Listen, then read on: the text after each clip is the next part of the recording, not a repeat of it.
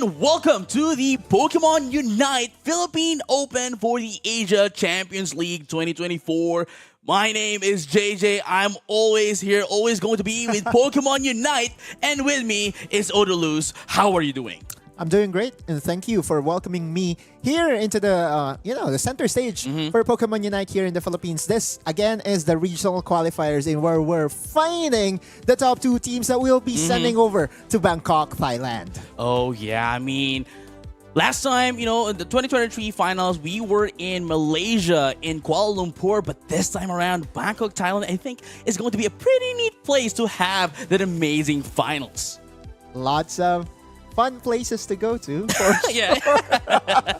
But lots of, I would say, intense actions will be brought to us by the Filipino players all across the board. This is day number 1, right? So we're trying to really dissect and filter out the teams to really find the top 2 teams that will be representing us for the upcoming regionals. And again, it's not that easy, right? To really qualify yourself into the international stage. But I dare say it, right? It's a very much needed requirement. You have to really filter out these teams because almost every team out there are very much capable. I mean, everyone here is hungry to win. Everyone here is hungry to represent the Philippines for the upcoming regional stage. Yeah. And again, we have to remember, after they are done with the qualifiers, they still have to go through the playoffs, which, by the way, talent and elevate the second placers for the World Championships last year in Yokohama, Japan is waiting for them. Right. And this is also a good reminder to our viewers out there. If you are supporting Talent Esports or Elevate Esports, you won't be seeing them just yet. We will be featuring the open registration teams that did really join this tournament. And we have to remind everyone, this is a free-to-join tournament. Anyone that wants to be a part of this tournament was given opportunity to join. And speaking of opportunities as well, let's not forget to thank our official telco partner, Smart, the official telco partner of Pokémon Unite Asia Champions League 2024 Philippine Open. And we would like to welcome everyone that is currently watching us on different platforms as well. We are live on Facebook, on YouTube as well. And again, this is just a very refreshing sight to see. Because again, to our viewers out there, it's almost always going to be competitive, but when we talk about Pokémon Unite, it's all about having fun as well. Now, speaking of having fun and being competitive as well, we have to give shout-outs as well to Malaysia and Singapore, who's already done with their regional qualifiers. We have Thailand as well having their playoffs right now. Currently, Indonesia is having their live stream along with us as well. India as well is there, already done. And man, Korea and Japan's first qualifiers are already over as well. So definitely we are one of those that still needs to finish their own regional qualifiers. Last but definitely not the least, I guess. Because again, we have many competition all across the world right now, and there's been lots to unpack as well, right? Or when talking about other regions, how they play Pokemon Unite, we know that the Filipino players define their own meta, define their own strategies, and again, just moving forward to a potential meta breaker, because we've been seeing lots of bruisers. Are we going to find a sweet Filipino style type of dish today here, JJ Kun? Well, that is going to be the question and going to be the surprise for us because, for the previous regional qualifiers, we've been seeing a lot of Intillion. We've seen a lot of Mew, Clefable. We have Lapras, Hoopa, and of course, we cannot forget Slowbro as well, being one of the, if not arguably the best tank in the game right now. The defending Pokemon, especially with the Slowbee, man, anyone could be stopped here. I'm surprised that you did not bring out I would say one of the flavor of the month or flavor of the competitive meta right now in Mimikyu. Mimikyu, man. Can never go wrong with Mimikyu. It's definitely something that if you play around with properly can actually impact the game to your favor. And again, there's lots of mons that are available in the meta right now. But what really I want to see are the PH picks, basically. We've done reviewing KR, we've done reviewing MYSG, we've seen similarities here and there. But again, when talking about the Filipino minds, the way they think Pokemon Unite, we have had invented multiple metas already, right? Like the Venusaur sustained meta. It was from us. So do not be surprised if our Filipino teams will bring out something new to our viewers. I mean, that's what makes them smart, ain't it?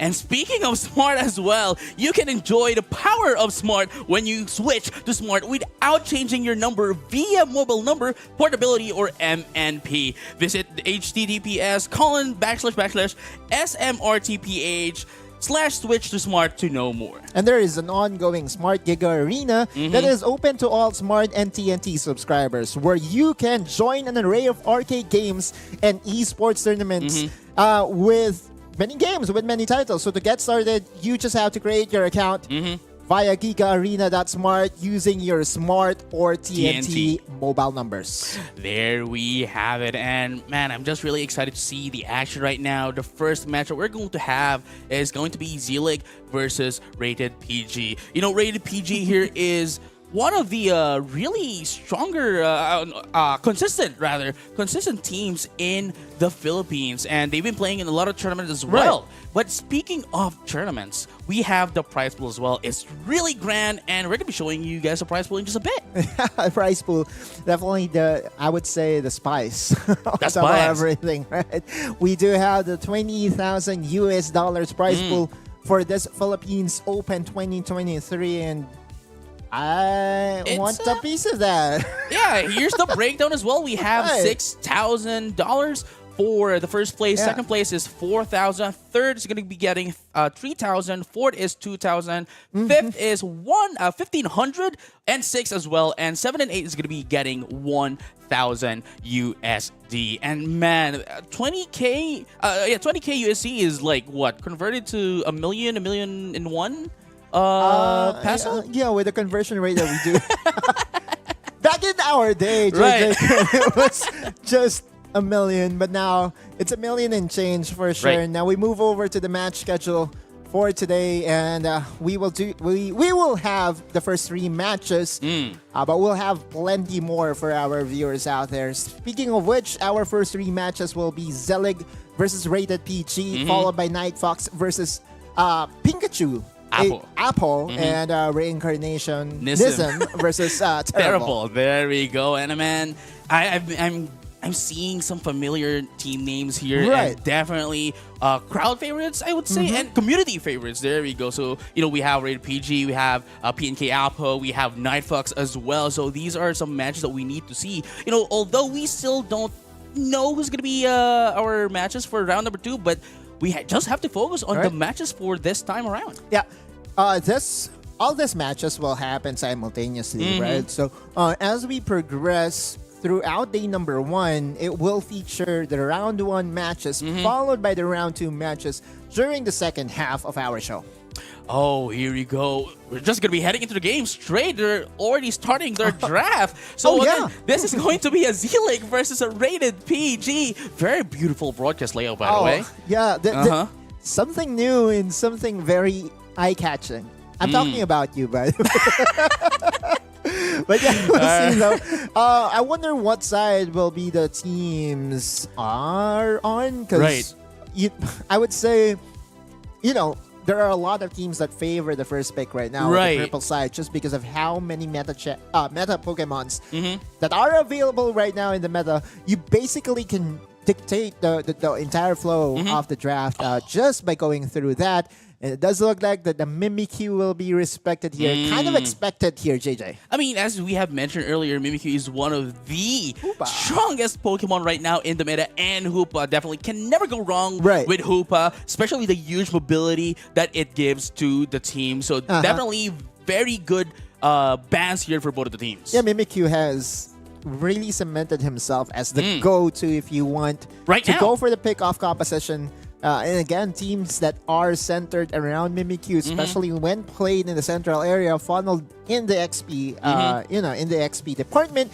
can actually just take down the carries of your opponent. So that's a very, very respectable ban coming from, I believe this is Rated PG, but we could be wrong. We're going to wait for further details as we move forward. Now, the first pick, I love this. Inteleon gets priority here and will be our opening pickup. Right, so definitely going to be a huge backlane attack here, huge poking, and at the same time there is also the Glaceon. Your favorite Pokemons, really? We have the Glaceon, we have the Umbreon as well. Don't get me started, bro.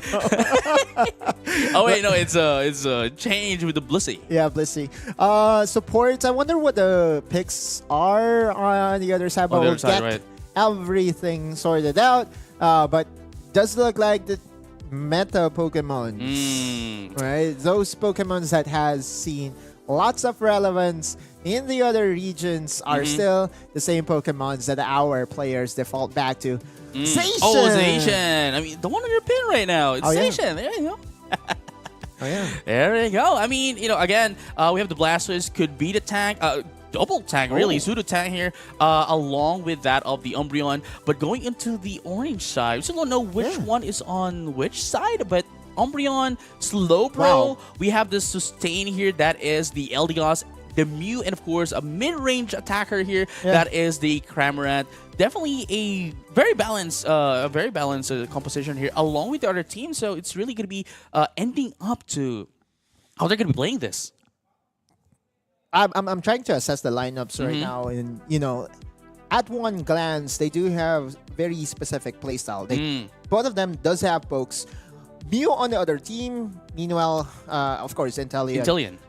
But it depends, right? Like Inteleon does have two paths altogether. Like you can go for the snipe shot, or you can go for the liquidation. Right. I mean, at the same time, you can never go, especially if you can control Mew at the same time, right? Like Mew has this move reset, can go in for the Solar Beam, and of course, the Electro Ball as well. But here we have, it seems as if Rated PG is going to be the one on the right side, the orange side, and Zealing is on the one at the violet side. And this is great because again, it's half expected. I guess one of the Pokemons that did really surprise me is the Eldegoss pickup, but that's one of the standard supports that when it comes to comfort, if you actually do know how to utilize this perfectly, that will be at your advantage. Zacian though, very heavy hitting at the early stages of the game. And there you have it, definitely going to be the amazing Punisher from the side of Rated PG, especially with the Zacian into that of the top path.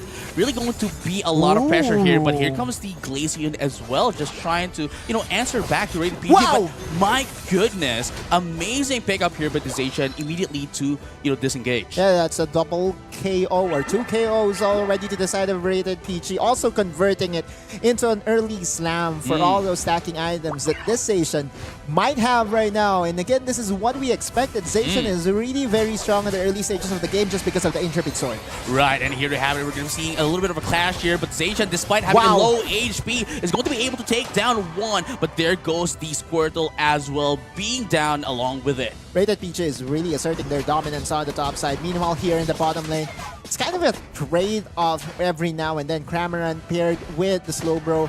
Of course, Slowbro is being picked as the defender, really one of the meta defenders that we have at the moment, just because of his Unite move. Slow beam. Right, but here we can see as well, right, in the bottom path, they're just, this Slowbro is just allowing the Cramorant to get its XP as much as he can and just tanking out the damage for themselves. But going to the top path, my goodness, Zacian is not scared at all. Going to be able to take down that Blissey as well. But here comes Icon Spear. It's not going to be enough though. But there is the squirting into that of the Water Tool. Renzue. It's Renzu. It's Renzu. There you go. Biting off more than he can chew, but here comes the backup. Here comes the Mew, and that will be a very easy takedown. Rated PG. They give an inch, but they won't be giving a mile. Right, so here we have it going into the 720 mark. Going to be able to see the second set of bees here. Second set of birds. And we're looking at a very low scoring game here, JJ. Now, you look at the amount of points that has been amassed here by Rated PG. If they ever get a game-defining skirmish, they can really translate it into a very big advantage. And look at Renzu. on the top side again and again. And that's what they're doing right now. They're asserting dominance, going in for the Metal Claw instead of the usual Sacred Sword. But they're having 30 points for that of Mania with the Eldegoss. This is what we were saying, right? Just give them an opening and they will be slamming all those 30 points that they were able to amass for themselves. But here comes the Umbreon. Oh my goodness, gets the mean look as well. That is going to be a huge threat here for Rated PG, especially for when there's a huge clash when the Zacian comes in and it's not going to be able to touch in. But there goes the amazing Solar Beam as well. Going to be able to take down one. The Slower is going to be going down as well. But the question is, will they be able to steal away this this Reggie Ice? Yes, they will. Rated PG is going to be able to secure it. But the question is, will they be able to get away right now? But here comes the Ice Skull Spear. But getting in that Citrus Berry going to allow it to stay for another day. And the buff is really helping them defend their bot lane tower. They can easily translate it into another slam. And Jama going for the fast break play here in the bot lane is Rated PG. 2 KO in the process for Rated PG as they are going to be able to secure, maybe destroy the first score goal. Lots of points. Not yet. And the Slowbro did not go in for a push here. But here you go, a little bit of an invade here for the Zacian, just buying a little bit of time. But my goodness, beautiful response from the Mew with the Solar Beam. Gonna be able to take down that Umbreon. Yeah, sure, it may be a 1v1 take, but man, that was beautiful. I really think that, you know, at its current state, Zacian is definitely overpowered. And we saw it there live, JJ. 2v1. And with that little HP, mind you, right? That's really what is crazy to me right now. Rated PG is really just pushing the pedal to the metal. Now this Regieleki will be the next one to be contested by both these teams. Finally, the Blastoise and all the Unite moves are available, so this could be our very first explosive 5v5. But we have to remember, Zacian and Inteleon doesn't have their Unite moves yet. Not going to be able to see a little bit into that other tall grass. But here comes the Bliss assistance to get some sustain. But the Slow Beam is going to be popped up as well. And the Cramorant with its Unite move. Golden Gun Missile going to be able to take down a little bit of damage. But the Mew here, 2 KOs. No Mega 3 into that side of the ceiling.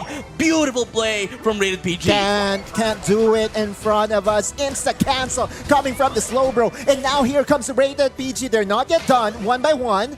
They tried to go in. They were able to destroy at least one tower here, JJ. Man, they're still not over here. They still want a little bit of a skirmish here, and the Umbreon is up here as well. Has that amazing mean look as well, and they're going to be able to take down that Umbreon, the biggest threat right now, into the side of Rated PG, and they're having 1-for-1 trade, but the Zacian was left alone down bottom to take that Registeel. This Mew has really spelled the difference here for Rated PG. All his pokes are connecting one by one. Smooth like butter it is. And you look at that eject button. It was very much needed. Yes, sir. Just to disengage from that long-range snipe coming from the Mew. And Rated PG 4-man strong here on the Regieleki. 2 KO down bottom. That's a 1v2. Again, I guess Zacian is OP, my friend. And I like what Toji is doing here with his Slowbro as well, just buying a little bit of time for their team and going to be able to secure that Regieleki as well. As you can see, you know, they are now preparing into that of the upcoming Rayquaza fight, just allowing the Regieleki to be itself up top. Yeah, distraction play is what is needed right now by Rated PG to assert their positions just ahead of any potential team fights. Rated PG almost quadrupling the points of Zelig right now. And although this is a massive advantage to the side of Rated PG, it's not yet over. Zelig, if they ever find a team fight that will favor them at one point, this can easily turn around. Right, but we have to remember as well, Zacian is already at level 13, the highest one in the game right now. Cramorant at level 12, always ready to pop its Unite move, Gatling Gun Missile to do some huge pressure from the back lane. And again, the defender stare down, right? The Blastoise versus Slowbro. Round number 1 went over to Slowbro, and it was a massive one. Again, talking about the Mew, he has been allowed to dish out lots of pokes. All the Hyper Beams are connecting. Inteleon going to be able to use its liquidation, but not going to put up a lot of damage. And man, this Solar Beam again from the Mew, amazingly hitting this Inteleon. Huge damage as well. 5 seconds before the Reggie buff spawns up, and that could just spell another advantage. Beautiful timing. and they will be securing it without any contestation from Zelig. There we have it. Are they going to be able to get it? Yes, they will. Just in the nick of time. 1 second before the Rayquaza comes up. But here it goes. Some split push coming in from that of the Blitz. He's going to be getting in that 80, but still not going to be enough. He still need to take in that Rayquaza. But there we have it.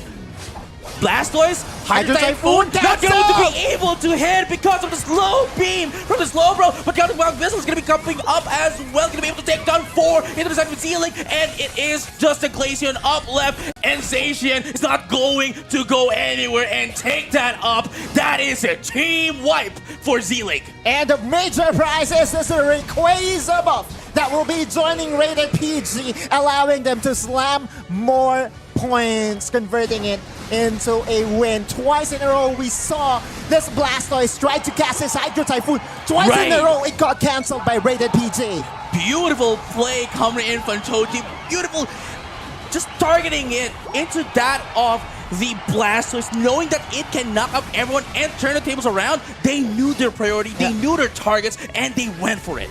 And now it's just a slow march down onto the last hour. Finally, the Hydro Typhoon connects, but that's too little, too late.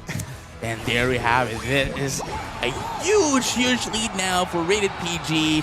I don't think Zealand's going to be able to catch up here, especially that there's only like 40 seconds left here. They don't have any points, and not everyone is currently spawned here. Yeah, Umbreon trying to just defend their third-tier tower here, but really, like, Zelig knows that this is all already over and that they are basically just talking about what to do the next time out. This Intellion, it is very quote-unquote intelligent pick, so to speak, but it was played differently than what I expected it to be. Right. I mean, especially that it has a lot of poking with the snipe shot. Right. But this time around, I'd have to say that I agree that snipe shots, I think, would have been a better pick here. Right? Especially that Zacian can get in so quick on you and delete you from the game. Zacian has started this game on fire. Never looked back. Ended it with the same energy, dude. Oh, yeah, like start to finish. Still, though, our, what we would say, unsung hero should be the Slowbro. It is definitely the Slowbro, because if it wasn't for the Slowbro, especially with the beautiful timing on that slow beam, on all clashes, really. Right. On all clashes, Toji was just enabling everyone in their side. It's more of addition by subtraction, right? Like, you take away the Hydro Typhoon, there's really no massive way for Zelig to set up their team fights, and Seidon over and over again gets denied of that prize setup for Zelig. And again, this is RPG, just running away with things. Right, but we have to comment as well, you know, Hero 108 here is doing their best, giving a little bit of sustain here for their team. Beautiful work here from the support into the side of Zelig. But again, this is a best of 3. Sure, RPG may have won this time, but there is still the second game. I really think that Zacian needs to be respected here, JJ. I feel that Zacian is at a state in where if you don't invest at least 2 or 3 Unite moves, you cannot control his late game. And again, just talking about his early access to damage that you won't be expecting at the first few minutes of the game, it's kind of expected that, you know, this Zacian will be winning the top side by himself, and that he did. That he did, my friend. And I guess that is also why they wanted to ban out the Mimikyu, just because of the fact that, you know, Mimikyu can always just get in, Shadow Snake, teleport, delete Zacian. Play with me. Play with me. Play with no. I mean, it is the only Unite move along with Slow Beam that can supersede anything. Yeah. Right. Including unstoppable status, and there's nothing you can do about it. Good planning overall, and I would say that if game number 2 will allow Renzu to play the same Pokemon, and I think they cannot allow it. Zelig. They cannot allow this to happen again. Zelig. They try their best, right? Like, Zelig is a team that we know is fairly new in the competitive scene, and I would say, you know, one of the they could be first timers, right? Or maybe just, you know, 1 or 2 or 3 times that they have joined a tournament. But this is a very crucial point in the tournament because, again, especially day 1. Exactly, round 1 means that if you get defeated, that's it. That's it for your tournament chances. The double eliminations only starts on day number 2. Day 1, if you lose, goodbye. We'll see you next year. JJ, it's definitely going to be an uphill battle for Z-League.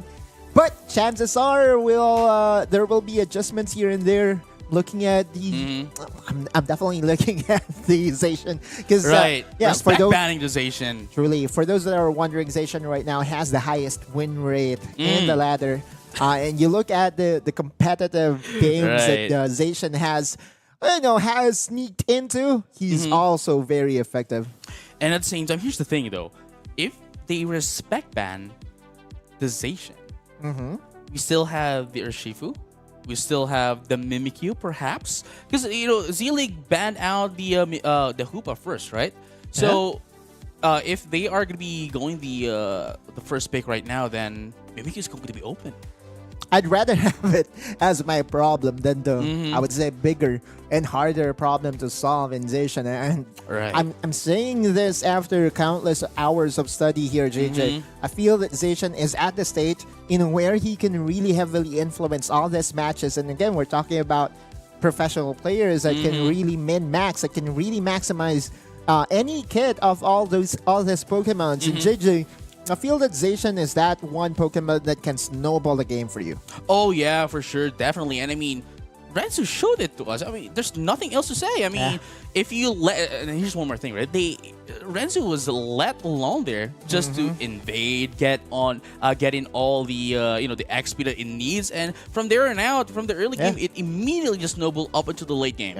One way to control a potential encounter with a Zacian is to not fight at all. Avoid fights that will feature just a 2v2, right? Try to bait him out. Surely Zacian will go over aggressive at times in where your central mon or central area Pokemon can actually just go for a surprise flank, and all the surprise attacks can slow down Zacian. Still, though, it is a problem that can easily be solved by one ban button.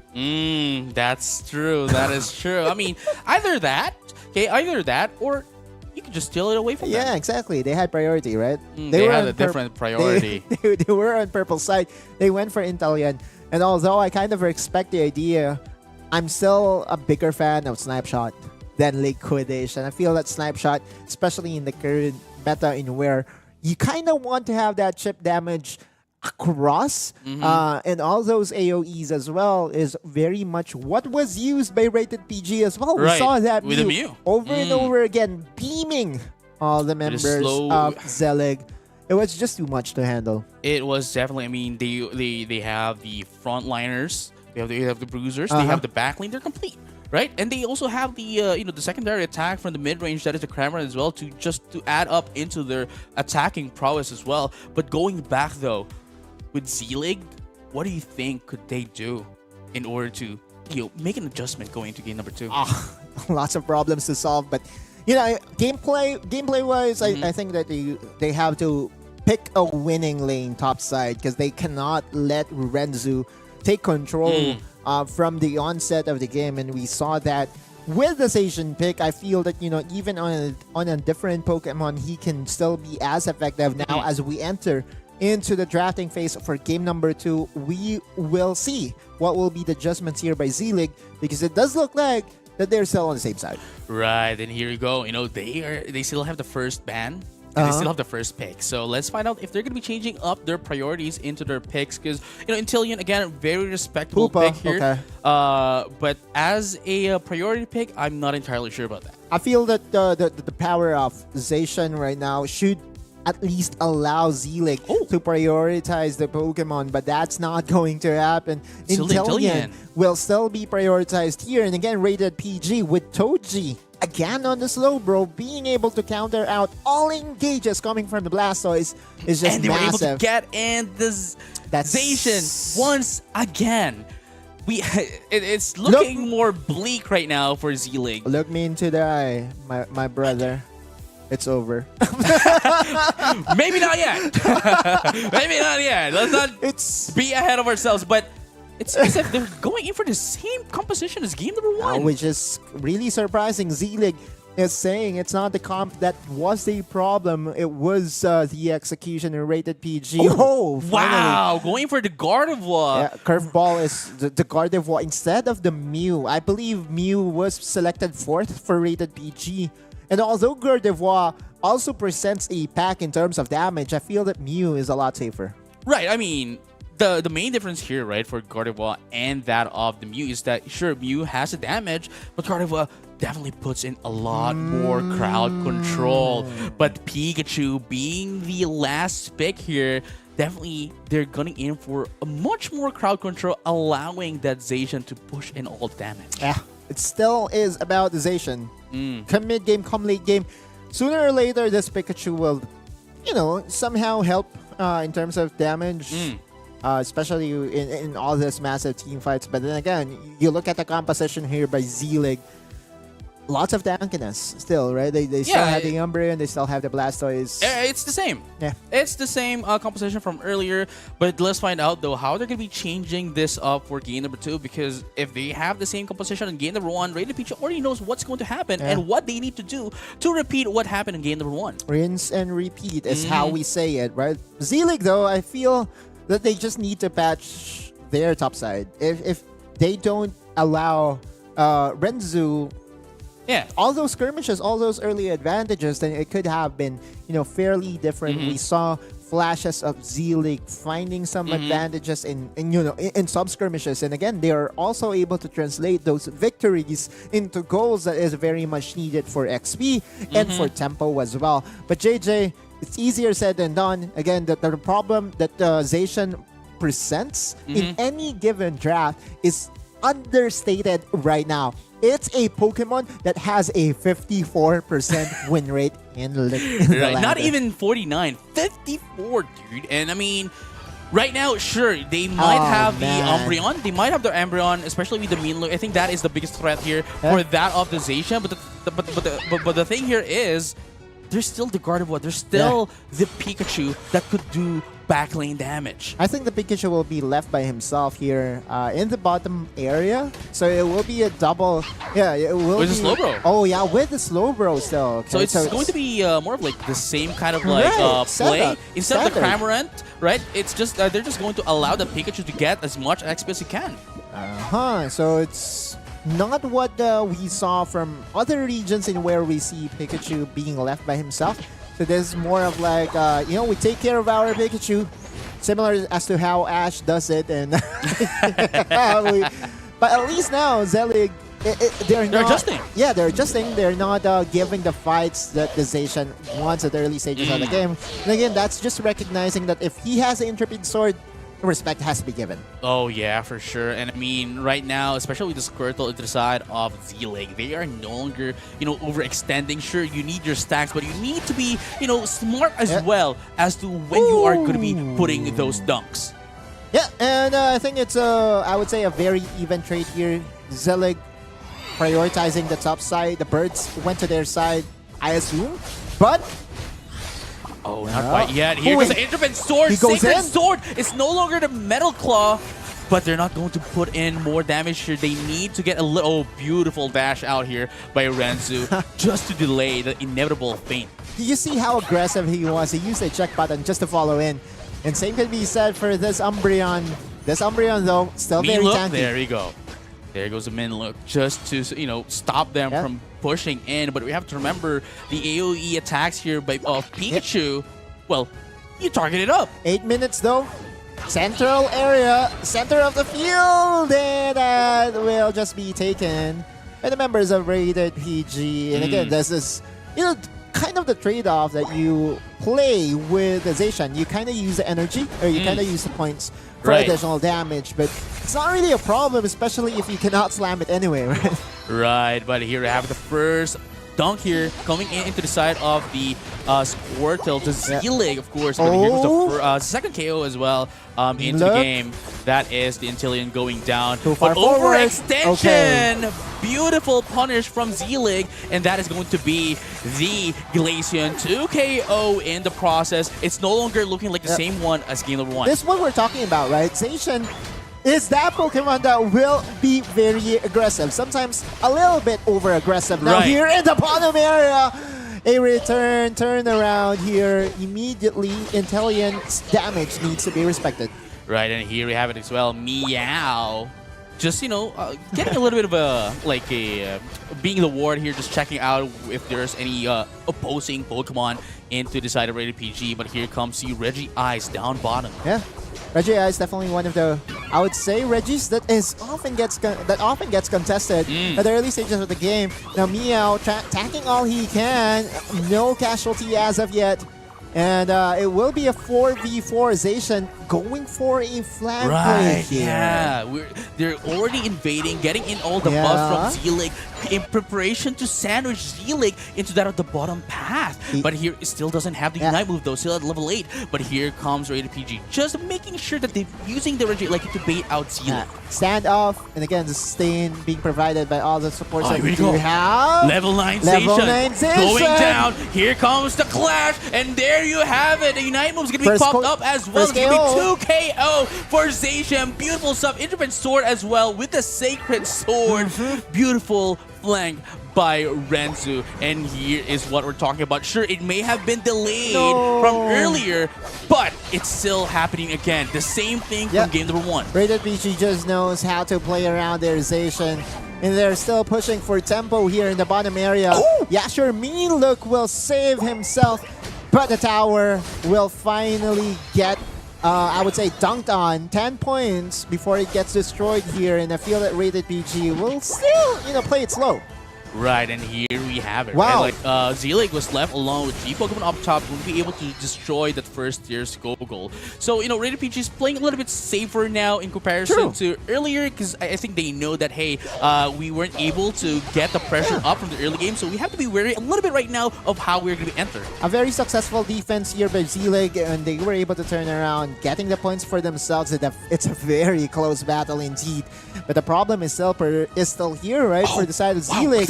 Zacian is going to get sandwiched here, and with the Azure Spire Vision, they're going to be able to there get you to stay go. there. The Vision on the tall grass. Beautiful timing on that Unite move from Inu. Yeah, good punish overall. Slowbro is here, and they could just get collapsed on. One has to play sacrifice here. Oh my goodness. That one Pokemon, the two of the biggest attackers here from Rated PG is going to be taken down. Z-League need to take advantage of this. Tanky. They need to get that capitalization. But here comes the slow beam as well. Thunderstorm is going to pop up and the Hydro Typhoon to knock it up. But it is going to be the Umbreon going down and the Slow Bro as well. 2 down into the side of Rated PG right now. But the Zacian and that of the Gardevoir is going to be able to put in a little bit of damage before they disengage. The amount of time the Slowbro bought him, his team, is just massive. Able to at least wait for the Zacian to come in. For the punishment is Rated PG. Now they're not yet done. This Slowbro, very tanky. There is a reason why he's one of the top defenders that we have in the meta. Right, and at the same time, Renzu here just went in to get a little bit of bird here, a little bit of an XP in preparation for the Reggie steal. As we see, everyone from Rated PG is currently down bottom, outnumbering Z-League. So let's find out how Z-League is going to be able to enter here. Gets the Surf and the Thunderbolt to stun down, and the Fairly Singularity going to be able to take down the Blastoise as well. But here comes a little bit of an attack into that of Renzu, going to be able to take down 2 as well from the Pikachu, and that's gonna be 3 down from Z-League. Yeah. Low respawn timers though, and Z-League will still be able to at least contest this Regieleki if they ever decide to go all in on it. And you look at the points that is being, I would say, pocketed right now by the time, or by the Z-League members. If they ever get this Regieleki and deliver it onto the top side, they will really be able to make this game a little bit closer. Now, finally, it does look like it's a very clear secure on the side of Z-League. PG, though, goes for the counter play, cross-map play here in the bottom area. Right, they didn't even care about the Regieleki. No they cancel. know that they can stop it, but the question here is, would they be able to answer? And they did. Destroy the second score goal as well down bottom. But here comes a little bit of numbering from the side of Z-League. That's going to be liquidation. Going to be able to take down that Slowbro as well. But the Gardevoir still looking to get away. Zacian is here, coming from the flank. It's a 4v5 though. They are a little bit too late here as Renzu is now here. Gets Mean Look as well. beautiful hit and not going to be able to take down anyone into the side of Z-League except for that Blastoise. Allowing for their carry to survive is massive for Z-League. Now they still have the position to contest for this Ray battle. Whoever takes this wins the game. Right, and here we have it as well. Rated PG is slowly but forming a wall into that of the Rayquaza, but Z-League coming in from the back line here into baiting Rated PG into attacking them. Yeah, Blissey is just there to check areas. Zacian, though, will be able to find one. Oh my goodness. That's going to be two. That's the Umbreon. They're going to be Hydro targeted. Typhoon. But the Hydro Typhoon is going to be stopped by the slow beam again. Bliss assistance to get a little bit of a sustain here, but it's still going to be taken down by that of Renzu. That's going to be two down for the side of Rated PG. Now they have the numbers, and it looks like they're buying a little bit of a time here. Being the defender, being the attacker as well. Into the side of Rated PG to get that Rayquaza. But here comes the Azure Spy Vision as well. Not going to be able to do a lot here. He as survived. the Pikachu is going to push away that Intillion. Yeah, still, there is a chance for them to steal this. Oh my goodness, it is not going to be the steal here as Rated PG gets a Rayquaza, powered by Smart. Did not expect that, but that's definitely Rated PG getting a massive lead once again, allowing themselves to get that Ray buff, and we're just pushing down the mid lane to just get more points. Dunking one by one, what a goal! My goodness, it is definitely one of the game of all time. Renzo being allowed to just flank in from the back lane. I mean, know. Man, that was the start. Yeah, he saw the Umbreon and did not mind focusing down one of the tanks. Oftentimes, you don't want to focus down the tanks. But the damage of the Zacian, Renzu is still very capable right now, and we're just looking at the formalities here, ladies and gentlemen. We have our first team to advance onto round number 2 in Rated PG. Getting it a 2-0 for our first game of the day. And as you have mentioned, now part of top 16. Wow. Z-League did all the adjustments necessary to make it a more interesting battle. But in the end, in that Ray fight, you could see that everyone was scattered. The formation wasn't there for Z-League, and they were not really able to protect their carries. Sure, they did not go down, but the thing here is they cannot dish out the damage to primary targets. Here's the thing, right? Like, Z-League was able to adjust it through early game. Yeah. Unfortunately, though, just one clash. It only took one clash for RPG to get back. And at the same time, I have to commend here Mania with the Eldegoss. Just because the fact that, remember, earlier the Rayquaza fight, Renzu flanked in. And Mania was able to get that and supported Renzu, allowing it to sustain itself despite of being on the back line. Renzu was not able to use his Unite move at all for the entire duration of that Ray fight as well. By the way, Cheese was also very influential in this game. He was awarded the MVP. Right. You see the amount of damage that Cheese was able to dish out. 75K. Not the Mew, but again, it's allowing your crowd control to be that waller, to be that booster for Renzu and Kian to do their thing. Man, especially Kian as well. Sure, the mean look coming in from the Umbreon is stopping a lot of Pokemon, especially Renzu.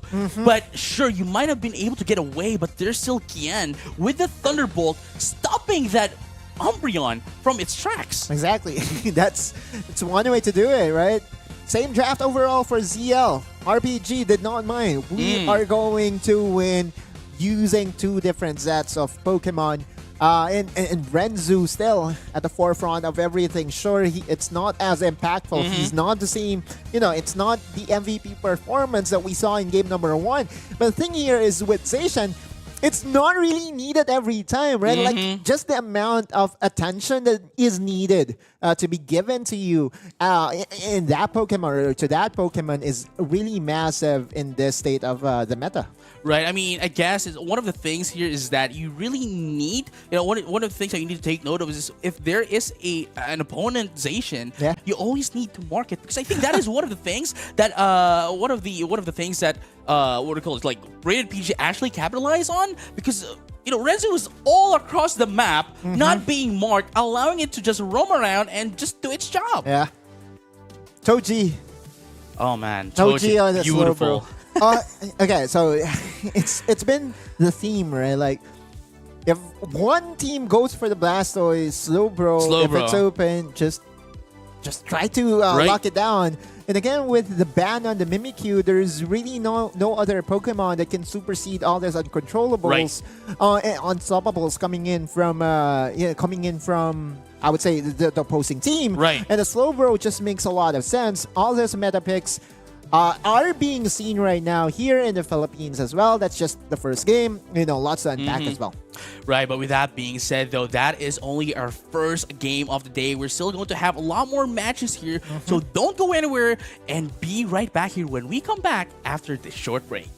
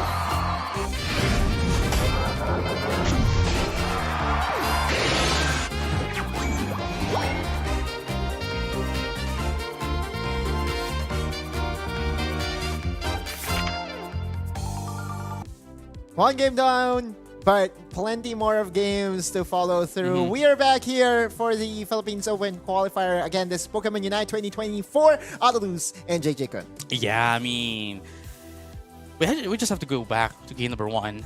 You know, we have Z-League, Rated PG. It was a very quick, decisive win for Rated PG here, 2-0. And I think we're going to be getting in more matches like that in the preceding tournament, in the preceding games. This is what happens when, you know, the more experienced teams gets to face against, I would say, teams that are still trying to find their identity. And we saw Rated PG just capitalize for minute number 1. That's the Asian thing, really providing the difference or really providing dividends for one team to advance. Now, I wonder if the second match will also feature the same sets of Pokemons. I do understand that there are a lot of, I would say, meta picks that will be repeated over and over again as the tournament progresses. But again, JJ Kun, I feel that Zacian is a very big problem to solve. Right. But, you know, there's another problem that everyone needs to take care of as of right now, because if you cannot proceed and advance from round number 1, you won't be able to get a piece of the prize pool. GG, good night indeed. And the prize pool is 20,000 US dollars, easily converted to 1 million pesos and some change. And some change, yes. Actually, a lot of change. A lot of change right now. First placer will be getting 6,000 USD, followed by 4,000 for the second placer. And then you see the breakdown right in front of you. Everybody that has been, you know, a fan of Pokemon Unite and friends of pro teams as well. Right. You know, I just realized as well, you know, like, since there are 2 invited teams, we have the Talon Esports And already, Elevate, by the way, you know, managed by Birdie here. By the way, shout out to Birdie. He's the one right now managing the community. And of course, Elevate Esports, they're already guaranteed the 1,000 USD. That's not their goal. That's not it. Oh, obviously, but I'm just saying, right?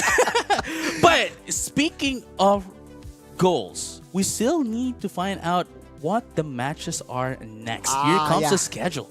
I think we'll have some updates here.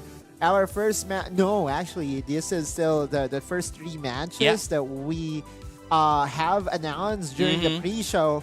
Zelig versus Rated PG, with Rated PG already coming out on top. 2-0. Now, Night Fox versus PNK Apo and Reincarnationism versus Terraval will be our next matches. Right. These names are really new, especially for the third game. But for our second game, Night Fox and PNK Apo, they have been in the community for quite a while. Yeah. And man, it is a Night Fox is a household name now for the Unite community in the Philippines, and they have been, as I've heard, almost getting in a lot of those wins, especially with the top teams in the Philippines. So this is something to look forward to. Wait, are you saying that we have a dark horse? This is, I believe, be, right? the dark horse of the tournament. Whew. Okay, well, very exciting times, and this will definitely start that narrative for them. Now, against PNK Apo, it's definitely not going to be that easy. Now, we enter the drafting phase here. I wonder what the bans will be. So far, we have been seeing the same bans all over again. The Hoopa has been banned away, and as well as the Mimikyu. Now, PNK Apo will be denying the Mew. And Zacian gets respected here by Night Fox, to the delight of your casters. I mean, we saw how much Night Fox is, how much Zacian is doing so much work and doing everything for the team. But now that it's not going to be out, there's You know what? Okay, so the thing about Zacian is it really just fits the Filipino playstyle. Yeah. No, it's more so the Filipino playstyle is more in your face. Right. Right? And the Filipino players really gets to maximize all these Pokemons that has that in their kit. And then I feel like, you know, that has to be respected. Night Fox, good job by them by denying that pick. PNK Apo will be selecting and prioritizing the Umbreon.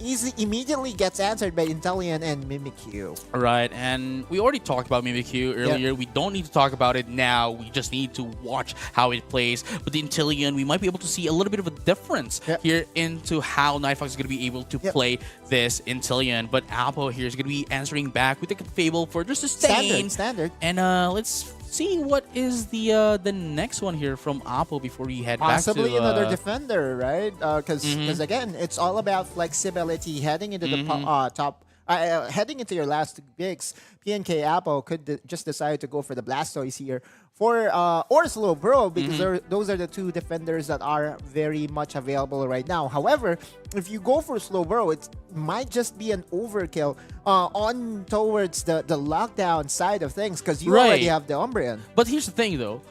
If they're going to be going in for the Slowbro, you have to remember that the Mean-Look and Slow Beam and Telekinesis even are only a single target, right? Yeah, That's exactly. why if you're going to be going for that, you instead. could go for the Surf. But here comes the Lapras, especially with its Ice Beam to slow everyone up that it's going to be hitting, or go for the Bubble Beam to get a little bit of a knockup. Just balancing things out.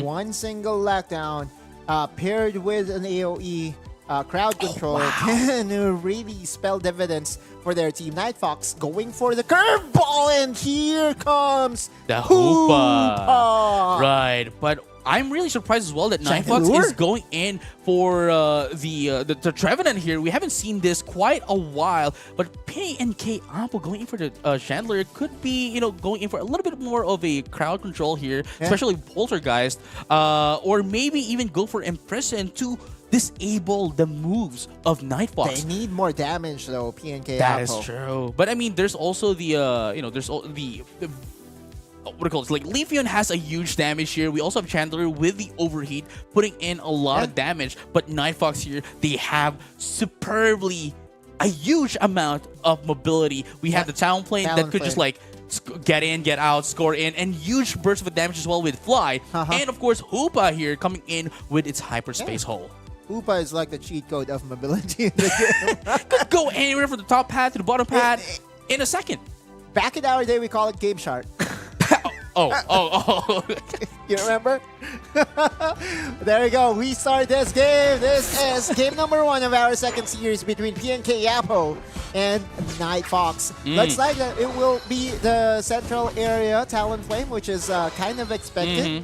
And Chandelure for central area for PNK. Chandler is going to get funneled down here with the help of the Clefable again with XP share as well. Ooh. Looks like the first goal was secured here by PNK Apple. An immediate eject button. Now, is there going to be a KO? Not as of yet. Ooh, wow. Double EVs down bottom right now. And they can just get in a little bit of their, what do you call this? They're going to be trying to get in their stacks here, especially with that of the Trevenant, who wants to be as bulky as possible. But here comes the Lapras, already at level 4, now has access to Whirlpool. Yeah, thing here is, again, when talking about Hoopa, it's almost certain that he will have the advantage in the laning stages, right? Like, even the passive really helps a lot. And talking about mobility, Talonflame gets his own goal here. I wonder what his health items are, because oftentimes, you know, we see all the stacking. Right, and we were able to see the battle items as well. Right, exactly. So it's going to be quite interesting to find out what it actually has. Normally, we get to see it with Razor Claw and Focus Band, and then Attack Wade. But it may as well be using what we call it, like Float Stone. But here comes, sorry, not the Whirlpool, but instead the Parry Song. Yeah, and we are looking at why Mimikyu is almost always going to be picked here in the tournament, right? Like, play rough is just one way to burst down your opponent's. Good thing is that Lapras is fairly tanky, can survive all those all-ins. But imagine if it was, you know, that the carries, the Chandelure, which has one of the least HP in the game. Right, I mean, it's looking pretty bleak right now in the battle of the Trevenant. Mean-Look just to stop it from its tracks, going to be able to take it down. And I guess that is a little bit of a bummer here for Night Fox, but not quite yet. Hyperspace Hole is not going to be on time to get that Talonflame away. A back and forth, but Night Fox definitely getting the upper hand. Now they have 60 points for their team, compared to just the 16 by PNK Apple. And we see here again, continuing his pressure on the top side. This 1v1 Pretty much. Oh, good Here engage. comes the fly and the burst into that of the Chandler. Wow. Going to be able to take down 2 in the process, with the Intillion taking down the Umbreon into that of the bottom path as well, with the Trevenant going back, refreshing his HP with the help of the Hyperspace Hole. And again, that's the most overlooked kit by the Hoopa, right? Being able to surprise your opponents with that pushback. Now, here comes the first objective fight. We could see a 4v4 here in the bottom lane, but the Lapras is already moving. Right. But not a 4v4 yet, because it's a 3v5 into that of the bottom path. The Leafeon is going to be taken down, and here goes a Fable as well. That is the main damage dealer into the side of PNK Apple, taken down. And with that being said, they were able to take down that Reggie down bottom and the first score goal. But here comes the Slaughter Blade and the Talonflame with its Unite move as well, just to push PNK Apple by their feet. But there goes the Talonflame going to be able to take down that Leafeon once again. Azure Spy Vision is going to be popped up. The Chandler and the Umbreon down once again, and they are not stopping anywhere as the Lapras is going to be demolished. That is going to be a team wipe, as they are having a little bit of a trouble here for PNK Apple. A perfect clash for Night Fox. No one went down. And even furthering their lead just by getting some points here and there. Finally, at least a consolation prize for PNK Apple. Good denial though. Again, that Hoopa save coming out of nowhere. And so now Night Fox is just enjoying a massive lead 5 minutes into the game. Now that is quite a huge counter here. They might have mean look, but we have Hyperspace Hole. Though, man. It's this is why Hoopa also needs to be respected. There's lots of I guess we lack bands. We need more bands We need more bands for sure.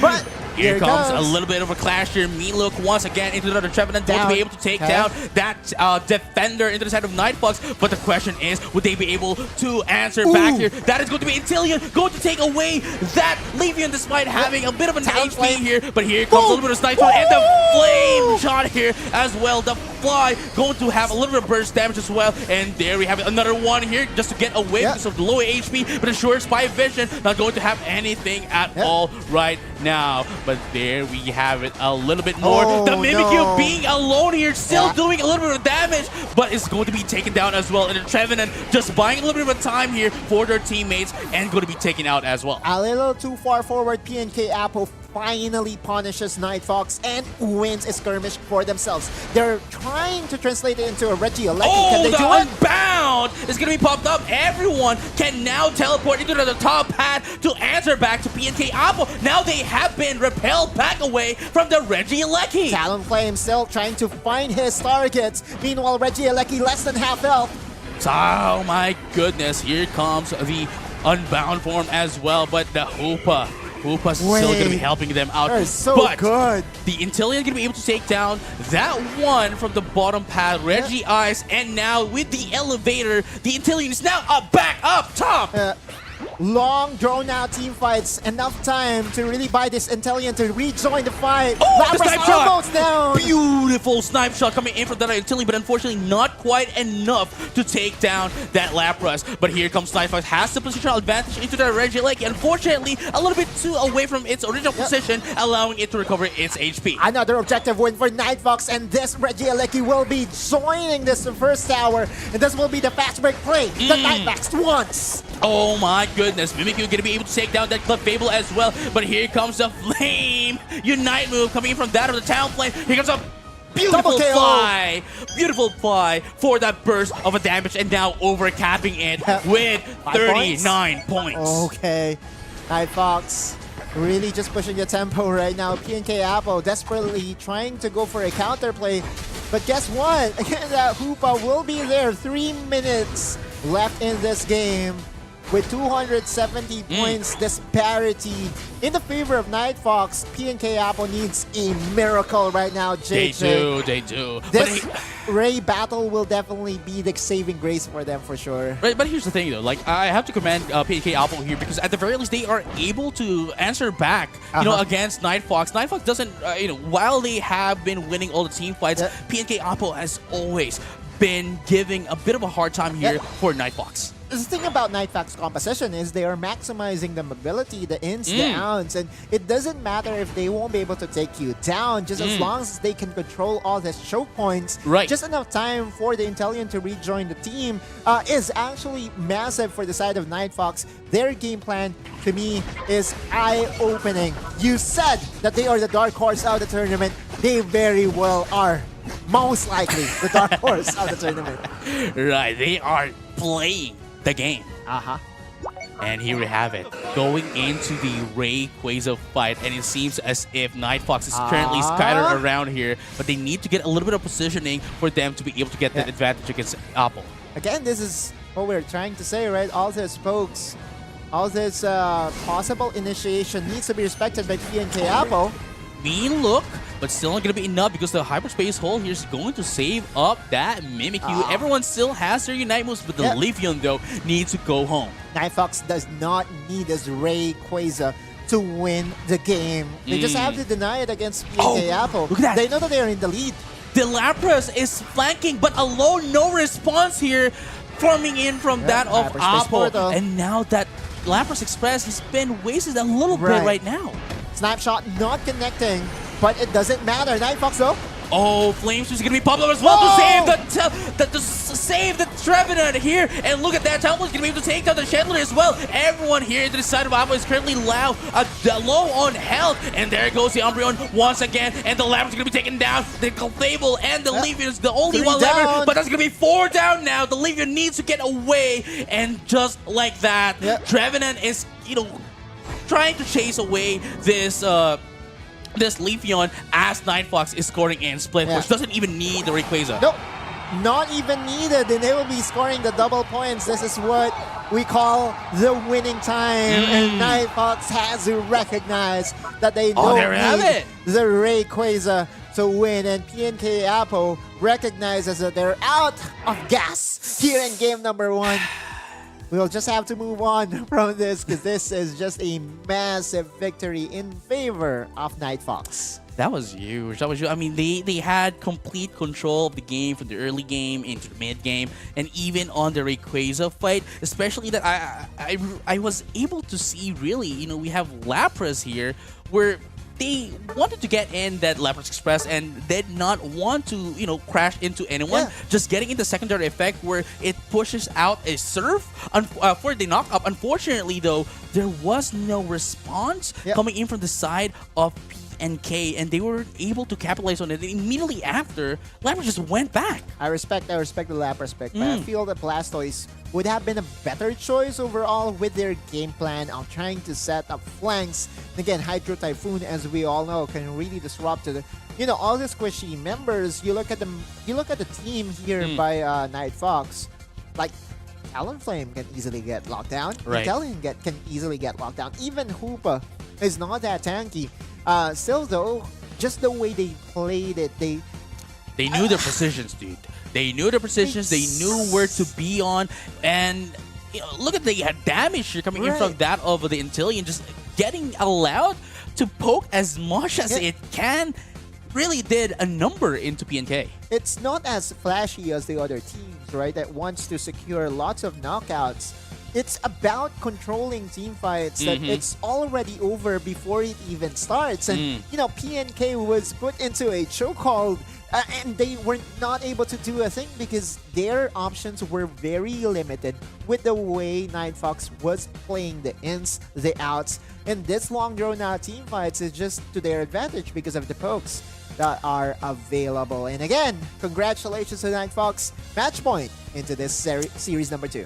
Right, I just have to comment as well for and sure we might have been able to see him always getting taken out, always getting getting sent back to the Pokemon Center, but they're just doing their job. They're being the defender, they're being the tank. You're tanking in all the damage and just allowing their teammates to, get their XPs and get away as well. And that is literally a job. Yeah, Mean Look as well being denied over and over again by the hyperspace portal coming in from you might have looked us, but it doesn't matter. We can still go home with the hyperspace hole.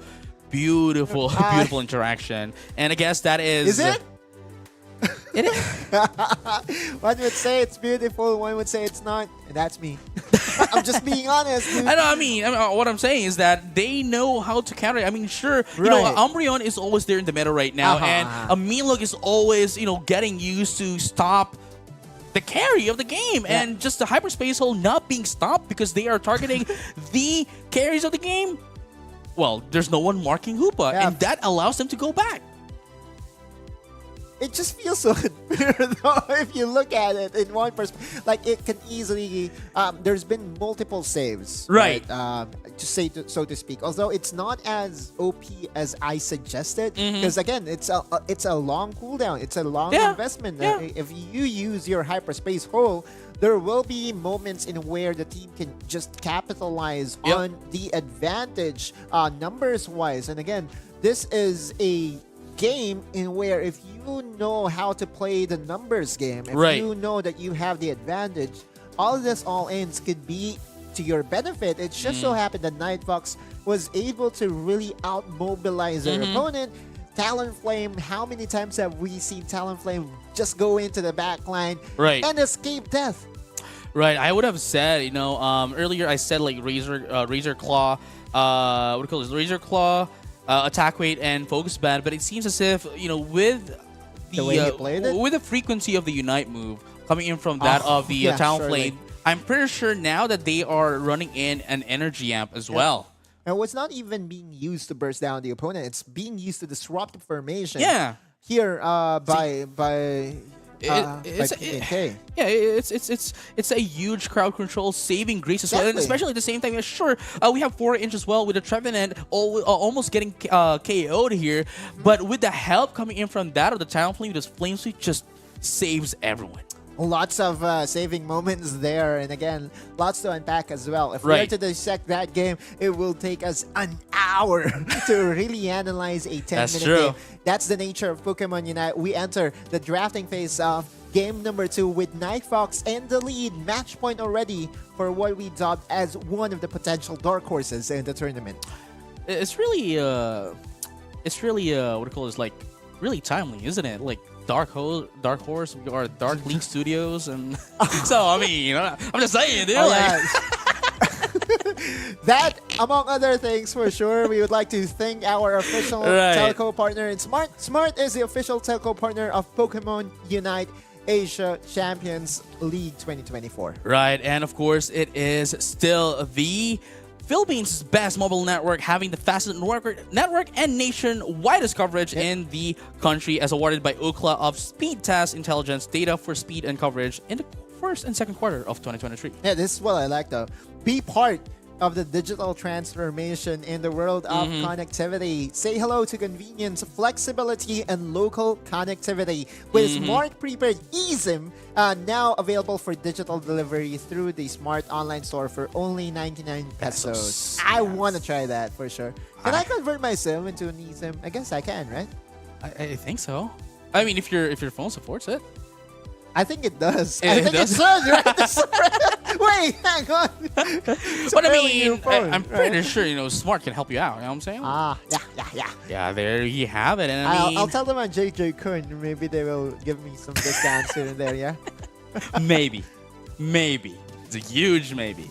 But speaking of which, though, we have to go back once again to, you know, this is day number 1 still. We are currently at a single eliminations. That means if you lose the best of 3 on round number 1 or number 2, as long as it's on day number 1, we'll have to say goodbye to you, and we'll see you next year.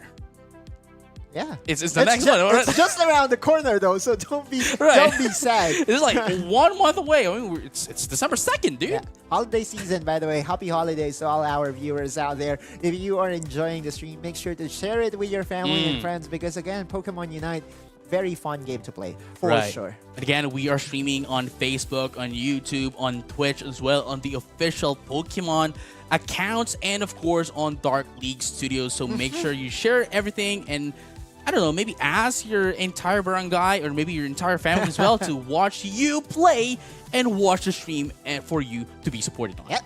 We're still waiting for the second game to commence.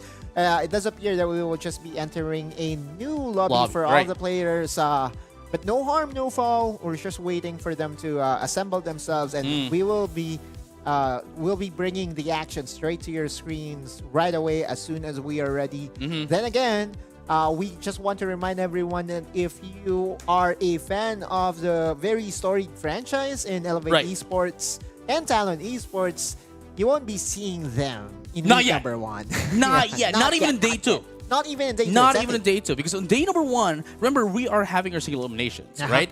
We're going to be getting in the top 8.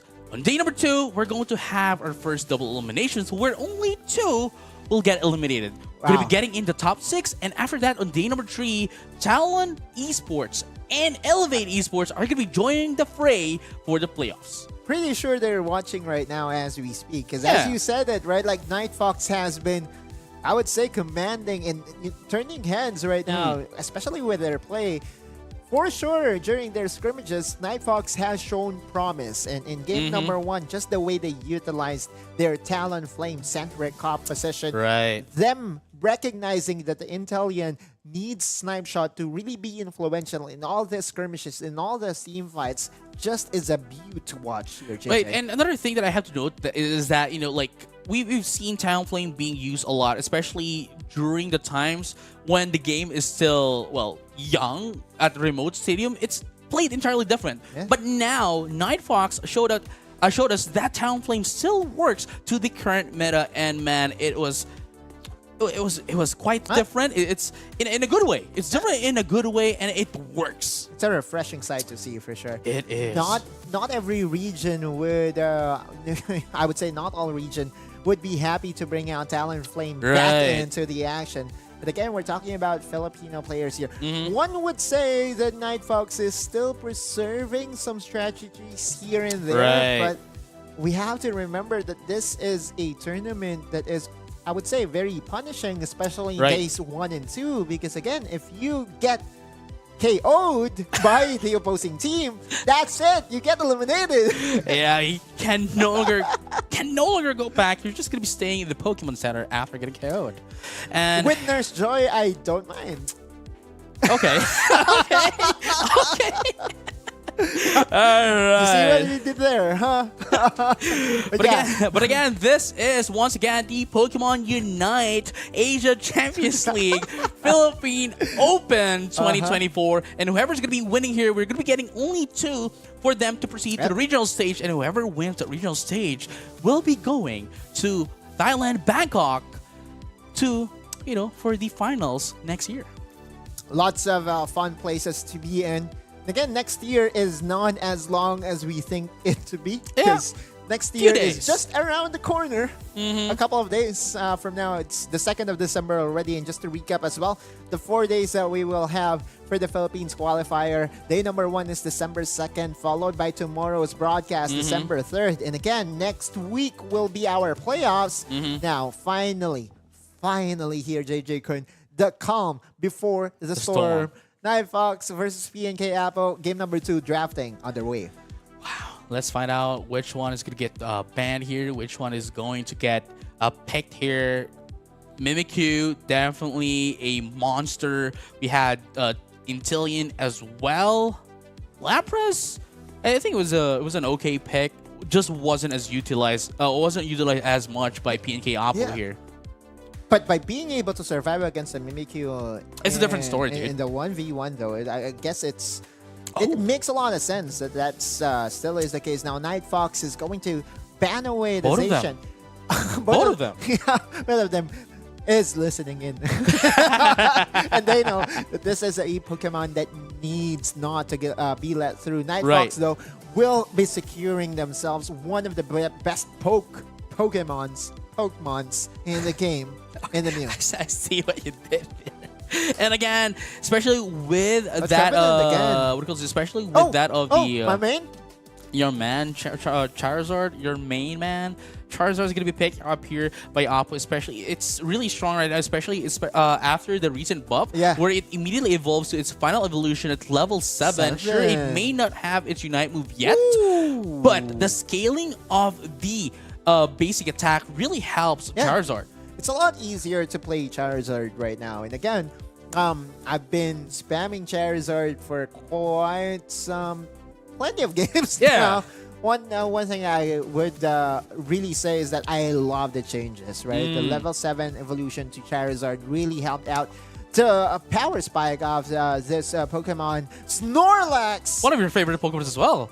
Maybe it's your second favorite from Charizard, especially I know. because of its crowd control potential, heavy slam into that of the powering up, allowing you to knock up opponents in like 2 seconds, 3? Yeah. But it's going to be answered back with a Blastoise. Exactly. You have a form of engage. We do have a form of a disengage / engage in the Hydro Typhoon.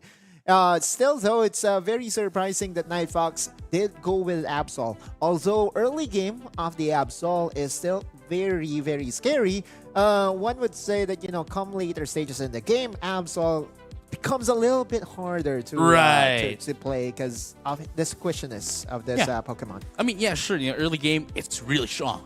But late game, everyone else catches up to you. But here's the thing, though. PNK Apple going in for a very, very aggressive kind of like composition here. They have the Leafeon with a Solar Blade, and of course we have the backlane attack here. That is the Inteleon, and of course we have that Bruiser that is the Charizard. Immediately after Seismic Slam, it's just going to eat you up with its fire. Needs full heal though, because there's a lot of crowd control available to the side of Night Fox, and I feel that this Charizard will be controlled at any point in the clash. Lots of investments by PNK Apple will be thrown down the drain, and this is why we don't see Charizard that often. Add to the fact that his power spike may have just been smoothened by the developers at level 7. You get to evolve into the Charizard that we know.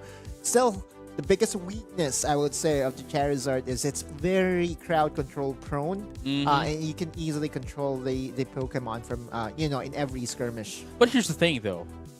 After its Unite move, it becomes unstoppable. And it has a very strong basic attack. It's flying, right? Does and have sustain at the as well. same time, Yeah. nobody in on the side of Night Fox has the bounding move. That is the Single Mimikyu lapdown, and the Slowbro. Yeah, that's one way to look at it, right? Only the mean look, I guess, is going to be... But it's not going to affect if it's exactly. a Unite move. Yeah, that's one of the things that we will definitely monitor as we progress into game number 2. Snorlax. Oh, he has to be careful. He's still very tanky, though. And he will just nap. Yeah, get a little bit of rest here to recover a little bit of HP. And, man, let's find out how they're going to be able to do it. Also, Bear going to get a little bit of attacks here. Attack weight, I presume. Yeah, there's an orange buff, and it helps the Hoopa to still attach to it. But that will be the first KO. Yeah, it's going to be punished as well because a little bit of an overextension here from that of PNK Apple. Yep. But it's still the early game and it doesn't affect as much, but except for the fact that it is one of the main damage dealers here for Apple. And this is the thing, right? Like the early stages of the game, like you can really maximize this buffs that can join your team. Oh, Absol. Is that going to be almost it, though? Not quite yet. Remember, Night Fox still has that Hoopa. Yep. Charizard will be the one that will be played here in the central area. Now, finally, I think that will be enough. Mew gets 1 KO here in the bottom lane, and Night Fox continuing what they've been doing in game number 1. They're getting a lot of points early into this game. Right, and that's what we're talking about, especially with the mean look. Sure, you might have a little bit of mobility here, but after you get hit by that of the mean look, well, they don't have any answer to that. Right? They don't have any answer to that against that of a Night Fox. Yep. Because the thing in game number 1, it was easily answered by the Hoopa. But Hoopa now they are together. Yeah, exactly. Hoopa was denied as well by Night Fox. Joining hand in hand is the Hoopa and the Umbreon.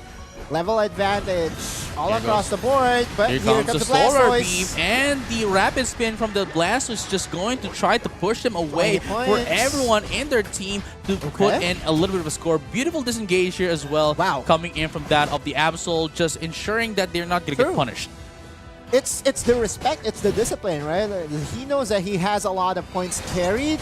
Wait, hang on. That will be... Here comes a mean look into that of the Charizard. That's what you're talking about earlier. But here comes the Solar Blade as well. But here comes that of the Heavy Slam, but not going to be able to knock off anyone into the side of Nightfox. But here comes the Burst as well. And another Solar Blade from that of the Leafeon is going to be popped up.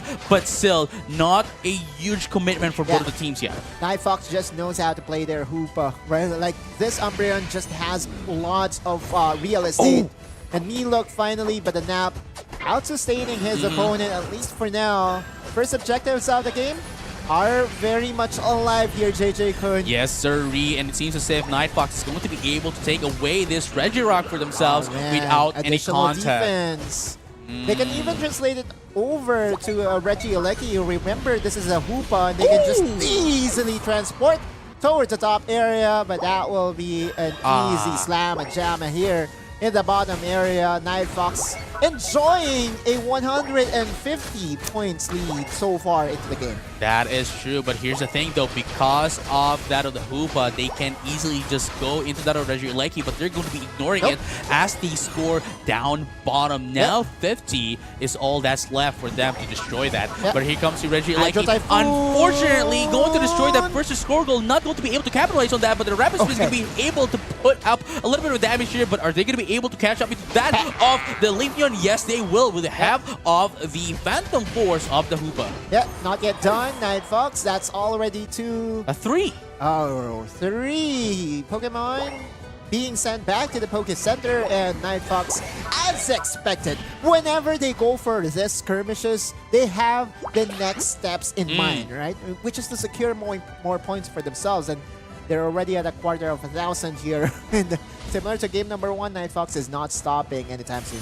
Right, and at the same time, you know, like, everything into the side of Nightfox is very calculated. That, yeah, sure, after getting a little bit of a score here, they immediately go to their next stop, which is maybe a little bit of skirmish or maybe help out on whoever's getting, you know, denied. Yep. The next objective will spawn up in 20 seconds, and you could see right now PNK Apple is definitely on the back foot. Losing 2 towers as well. And they don't even need, right? They don't even need to immediately go down bottom because of the fact that there is still the Hoopa has the Unite move ready for them to go down bottom. But here comes the Nightfox, getting a little bit greedy here into the top hat, and it is going to be absolutely going to be loud. But oh my goodness, beautiful Midnight Slash, but not going to be able to take down anyone inside the PNK Apple, but everyone else has been delivered into that of the bottom path to get that Regieleki. Unfortunately, for the Absol, they're not going to be able to get in anything off of that. That would have been a clutch save once again coming in from the Hoopa. But the Absol was, again, as we said, very squishy. I mean, sure. I mean, I think what they're doing right now is just, you know, just buying a little bit of time so that everyone else can go down into the Regirock. But here comes a little bit of a skirmish here down at the top path. Once again, Heavy Slam, but not going to be able to get the isolation from the block. But Azure Spy Vision is going to be popped up. No one is going to be seen here. But here comes the eject button into the Hydro Typhoon. So that's going to be able to knock up anyone as well. But that's going to be the Leafeon going to be going down as well. 1-for-1 Absol is going to be taken down as well. And here comes another one into the side of Nightfox. That is the Umbreon going to be taken down as well. Surf is going to be popped up here, but the question is, would they be able to survive? But the Hyperspace is here as well, and yes, the Mew is going to be able to get away, but that is the Snorlax. Now pushing a little bit of damage, but not enough with the beam of the Solar Beam. Going to be able to take it out. Nightfox's usage of this Blastoise was able to get into the backline, and over again, massive damage coming in from Nightfox, converting it again into another objective win. This is how many times that we've seen Nightfox convert something into even more advantage for themselves. Yes, sirree. After, yeah, sure, they might have a little bit of an overextension, but they always, right, cover that up with another backup strategy. In this case, answering back and then immediately getting in that Regieleki. The Regieleki, again, second tier tower, kind of hard to deliver this Regieleki onto that. So instead, Nightfox, again, wisely goes for a different play. Farms some points on the top side is Umbreon. And again, Nightfox is just positioning themselves for another advantage here in the bottom area. But here comes the hoop as well. Might put in a little bit of a what do you call this? Maybe a ring some bound here down bottom so they can take it. But never mind. No, I think that like the Absol can actually take it out alone. Wow. And there we have it. Immediately going back. Additional attack and SP attack is definitely going to be very massive, especially with the burst-centric lineup that we are seeing from Night Fox. Even the pokes are going to hurt even more now. We are the latter stages of the game, and this Rayquaza will dictate as to if PNK Apple will be able to extend the series. Now, they were able to mark down that Snorlax being able to hit it from the tall grass. And now they know there is a Trevenant as well. Now, the question is, how is Night Fox going to manage this? But here comes the Blastoise, just going to be a little bit of a diversion to get them spread it out in the map. Rings Unbound, and he's going to be summoned. Yes, sirree, but oh my goodness, coming in. Oh, Power Now's going to be popped up as well. Unite move, and there goes a Seismic Slam. Not going to be able to get anyone into the slam, but there goes the huge boosted attack here from that of the Blastoise. Fireball is going to be popped up as well, but the Rayquaza is going to be able to take it out. Who's going to be able to take it? It is going to be the Mew. Night Fox is going to take it away from BNK Apple, but there is only 3 of them left. Now, what is going to be game plan here? They need to score in. That was the closest PNK Apple could ever have asked for. But again, it was Night Fox securing the primary objective. And with the Rayquaza buff, they can just add on to the lead. And that just might be the tournament life of PNK Apple. My goodness, Night Fox really calculating everything despite having 2 of their Pokemon down. I know. Again, it's just being able to distract and get the formation of PNK Apple destroyed even before the fight started. And again, their power of Hoopa over and over again, Rings Unbound, being able to summon the Blastoise even from afar. And now Night Fox will just add on more points. Calls in the celebration for Night Fox because they for sure will be advancing to round number 2. There we have it, 616 to 92. I don't think Apple has any time at all to cash back here. And the Rings Unbound even is going to be used back to their base. They're just celebrating right now. 616 to 92. Again, is the score here. Night Fox is going to be taking in game number 2 for a 2-0 win. And they're... Oh no, no moral victory for them. They wanted to take down the Umbreon. Then again, the Master It's just too Shield. squishy, especially with its Moonlight Prance Unite move, taking in all of the shield. Super tanky. Man. He was in the middle of like 3 or 4 Pokemons, did not matter. And again, a massive statement game from Night Fox once again. You look at the damage dealt. Leading the way is the Mew, but Hitori for me, I would have to say as well. Right? It was Hitori. The combination of Hitori and MXI was the one that gave them that Rayquaza. Just because of the fact that, sure, Hitori might be isolated up top on the Rayquaza fight, but that is their job. They want to spread out PNK Apple, and that's what happened. There was 2 Pokemon that was going into Hitori, and immediately after, a little bit of a diversion, goes in for the Rings Unbound and got in that Blastoise once again back into the ring pit. Hydro Typhoon was there to provide the crowd control needed by Dremt to really secure that Rayquaza buff for themselves. 292 points being slammed here by Hitori. And this is the power of the Blastoise. This is what I was saying, right? Like, in game number 1, the Lapras could have been just a Blastoise. And if you play it this way, if you play it, pseudo carry, it can still deal a massive amount of damage, and we see it here from Hitori. He was not that far off from Dremt on the Mew. Well, that was honestly, that Rayquaza in and of itself, it could have been anyone's take, honestly. But it was very close, sure. But here's the thing though, like despite that, even if that went to PNK Apple, what do you call this? Like it would still favor. It would still favor them because they still have the lead. And they had a huge amount of conclusion that. They still have a lot of score as well to put down, even if PNK Apple would be able to take down that Rayquaza. And again, it's Hitori finding himself in very awkward position.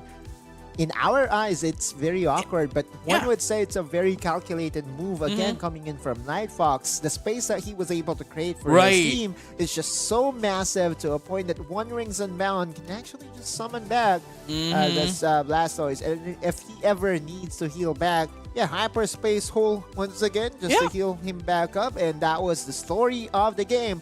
We have to remember that there are a lot of there are a lot of Pokemons that are in the meta right now, and the Filipinos are here to display their full potential. And speaking of displaying our full potential, we're going to be back for more Pokemon Unite action only here at Pokemon Unite Philippine Open Asia Champions League. So don't go anywhere. We'll be right back after this short break.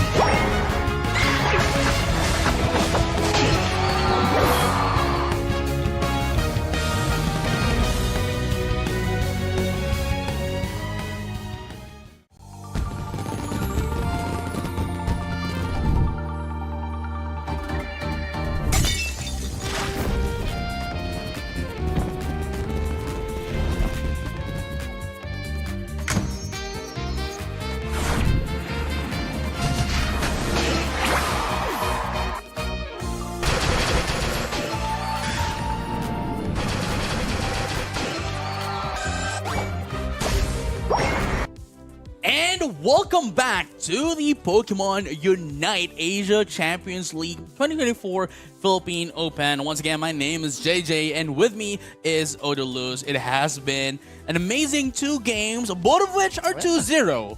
But this time, though, I'm not entirely sure if we're going to be seeing a 2-0.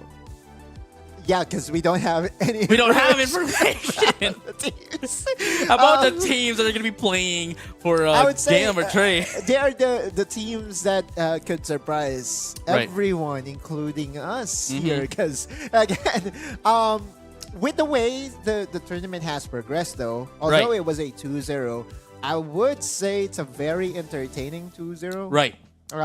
Especially the last one with Night Fox winning by a very small margin, right? Although the lead was there for sure, right? But had it been that the Rayquaza was secured by the other team, we could have just found ourselves into a game number 3. I know you kind of disagree because you know, Night Fox was able to find themselves, you know, a very big space, a very big avenue to work with. But still, Rayquaza buff is what you want to call, or what you always call, the X factor. The X factor, definitely. But this time, though, we're gonna be seeing Reincarnationism, which is a I'd say pretty new. They the only information that I've got of research is that they are they haven't played on tournaments yet. They have been playing the game casually. So this, I believe, is their first time joining a tournament, and I guess we'll just they just have to surprise us. Have you ever joined a tournament though? It doesn't matter. No, a tournament. Yeah, I've played a tournament. Yeah, and you know how fun it is, right? Yeah, it's exhilarating and all that, right? Exactly, and you know, for first timers, you can actually surprise a lot of talking heads.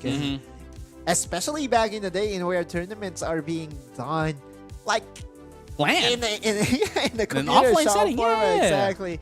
And yeah, may we just remind everyone what the teams are fighting for. Aside from the prestige that comes into representing the country, they are fighting for the prize pool of $20,000 US. First placer gets 6,000, second placer gets 4,000, and so on and so forth. This is definitely not going to be the last tournament for Pokemon Unite. So all players out there, if you're seeing this is a good enough reason for you to practice, to play and practice with your team. And if you ever need someone to think drafts for you, JJ Kun is here. I myself is also available. Sometimes I just wish that I should be playing the game. Because you want to play? I want to play. You want to make a team with me? I want to coach though, because you want to coach. I feel, you know, especially in, you know, at a certain level, you will be able to see what works and what doesn't work. And there are lots of things that you can unpack in a 10-minute game. As we said earlier, right? Like if we are ever to review a game, it takes us more or less an hour to really uncover everything. And when we were studying for the upcoming tournament, it was just like it was just 10-minute mark, but it's just really that you should unpack. But we got as well. We got a little bit of news here. It seems as if Reincarnationism has withdrew from the tournament. That means Therabolt will be proceeding to the next stage. Yeah. Possible issues, I guess. Again, uncontrollable factors might have come into play here, JJ. And unfortunate that we won't be seeing them in action. I was actually very excited to see them. New faces, new game styles. They might even be the dark horse, the actual dark horse of the game. The super dark horse. Right? The super dark horse of the Dark League. Yeah, that's about it, though. Again, with that result, we will be heading into a very short break. By the time that we go back, we'll have more action for everyone.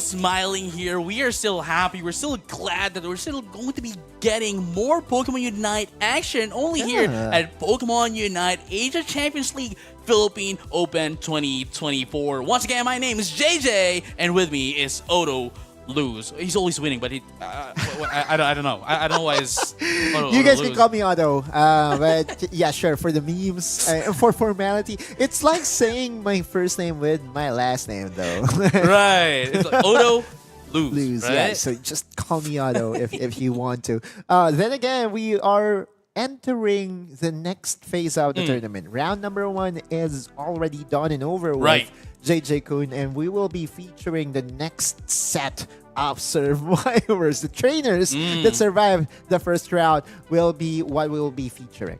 Right. So this time around, we're going to be headed over to our 4th series of the match. Again, it was quite unfortunate that we weren't able to see Recreationism versus Terra Volta, but we have to move forward.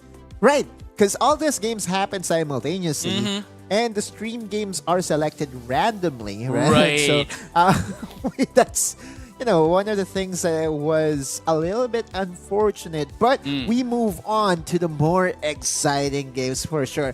We are going to show the match schedule. And it will be for the second half of today's matches. Immediately, one of the more familiar names in the community, Ison Arsenals, will be going against No Sympathy. Right. And then followed by a very exciting matchup as well. Right. So, we know a bit here coming from that of Ison Arsenals, because they are one of the 3 teams that are currently here joining the tournament, along with Secret Rare. Secret Rare had 3 teams here. They have the Diamond, Pearl, and we have Violet as well. Unfortunately, though, Violet, I believe, has been taken out by a team. Wait, what? Yeah, has been taken out by their own teammate, Secret Rare Pearl. Unfortunate for them, but again, we have to focus now here. Once again, Ison Arsenals. A little bit of a notable player here, Gabsu, is playing for this team right now. Currently, like the second team of Ison, because their main team, I believe, is Ison Aumento, who has been one of the community favorites as well. Now, No Sympathy, though, they have Dawn and Picao, one of the older players in the community as well. This is all for the marbles. The winner of this matchup will be surviving for another day, and we will be seeing them for tomorrow. This is a very intense tournament. Mind you. Yeah. Again, we're going to enter the drafting for game number 1 here with No Sympathy on the purple side. No surprise here. It does feel like, that Azation is finally being respected by our pro teams here in PH. And at the same time, Umbreon is finally going to get banned here. No more mean look here, which allows, a lot more... a lot more mobility here for both of the teams, really. Mew is going to be the priority pick here by No Sympathy. We know for a fact that typically we get to choose priority either the defenders and the supports, but this time around we for sure cannot allow the other team to get Mew, because it's arguably one of the best right now in the meta. And it's also very flexible if you think about it, right? It's very easy to execute. You can make sure that he can dish out damage from afar with Solar Beam interaction. Now, to round up the draft here by No Sympathy, they do have the double Aqua Pokemons and goes for the Lapras and Blastoise. Meanwhile, on the other side, kind of expected, if you have Mew on the other side, you have the Inteleon. You need to draft Inteleon for the Pokes. Yeah, the Pokes. Pokes. With a snipe shot, answering back with the the solar beam coming in from that of Mew. I just realized as well that 3 of them actually has Surf. The Mew, the Lapras, and that of the Blastoise. But this time around, though, they're gonna be headed and going for that Hoopa and the Venusaur. We haven't seen this a lot yet, although we were able to see this being played in Taiwan, I believe. And this is also going to be the first time that we're seeing Ison picking out that Urshifu. Definitely one of the top picks as well for the current meta. Can always go in and out as it needs, and at the same time we have to remember as well that there is the help coming in from that of the Slowbro with its crowd control, and of course Woodhammer coming in from that of Woodhammer coming in from that of the Trevenant, which will align everyone from No Sympathy for Urshifu to just get in. The only question that we have is what form of Urshifu that is true. Will be that is seeing. true. Is it going to be the DPS type, or is it going to be the burst type right. we often see? Now, the thing about the draft here by Ice and Arsenals is one thing that I really love about the Urshifu being the last pick is it's not going to be open for the counters coming from No Sympathy. And you it's see being the draft used here, as the counter. Exactly. You see the draft here by No Sympathy. They have lots of bruisers, and that's what Urshifu wants. He wants to be in your face, be able to dish out multiple damage to members that are clumped together. And this is really looking to be a very, I won't say one-sided, but just a draft overall with the Urshifu being the surprise here by Eason. It could just be the difference maker against No Sympathy. Right, and here we have it, the fourth series of the day. Day number 1 for Pokemon Unite Philippine Open Asia Champions League 2024. And here we have it, No Sympathy versus Eason Arsenals. Eason is making sure that Urshifu will have lots of experience by allowing him to be their central area mon. Meanwhile, No Sympathy will be requesting their Bulbasaur to be doing just that. Now, Hoopa trying to get the first KO, 1 or 2 more hits. Ooh, wow, not quite yet. Was able to run away, especially with the help of the Speed Reflux Zone to go in on the Citrus Berry. No Sympathy, though, also getting goals here and there. Trades here and there suggest that, both these teams does have the stacking battle items. Right. Or held items, I'm sorry, but it's it's the flavor of the meta that we have in competitive. The more times that you are able to slam down points, the better it is for your early game. So it seems as if like the Urshifu here is going to be the Water Bear, basing on his form, and there we have it. That is the Rapid Strike Urshifu, and oh my goodness, a beautiful push in as well. But here comes the slow. Oh my goodness, Slowbro going to be able to take down one, and the Urshifu being the carry of the game here for Eason's Arsenal is going to be taken down, and there goes the Slowbro as well. No Sympathy played it properly, beautifully, right? Just maximizing the amount of shields that is being provided by the tower zones, and now No Sympathy is actually translating it into more victories on the top side. This Lapras is still very tanky, especially in the first few minutes of the game. I feel that Lapras really provides a lot of defense for your team on the top side, and that's why you can leave him by himself. Right.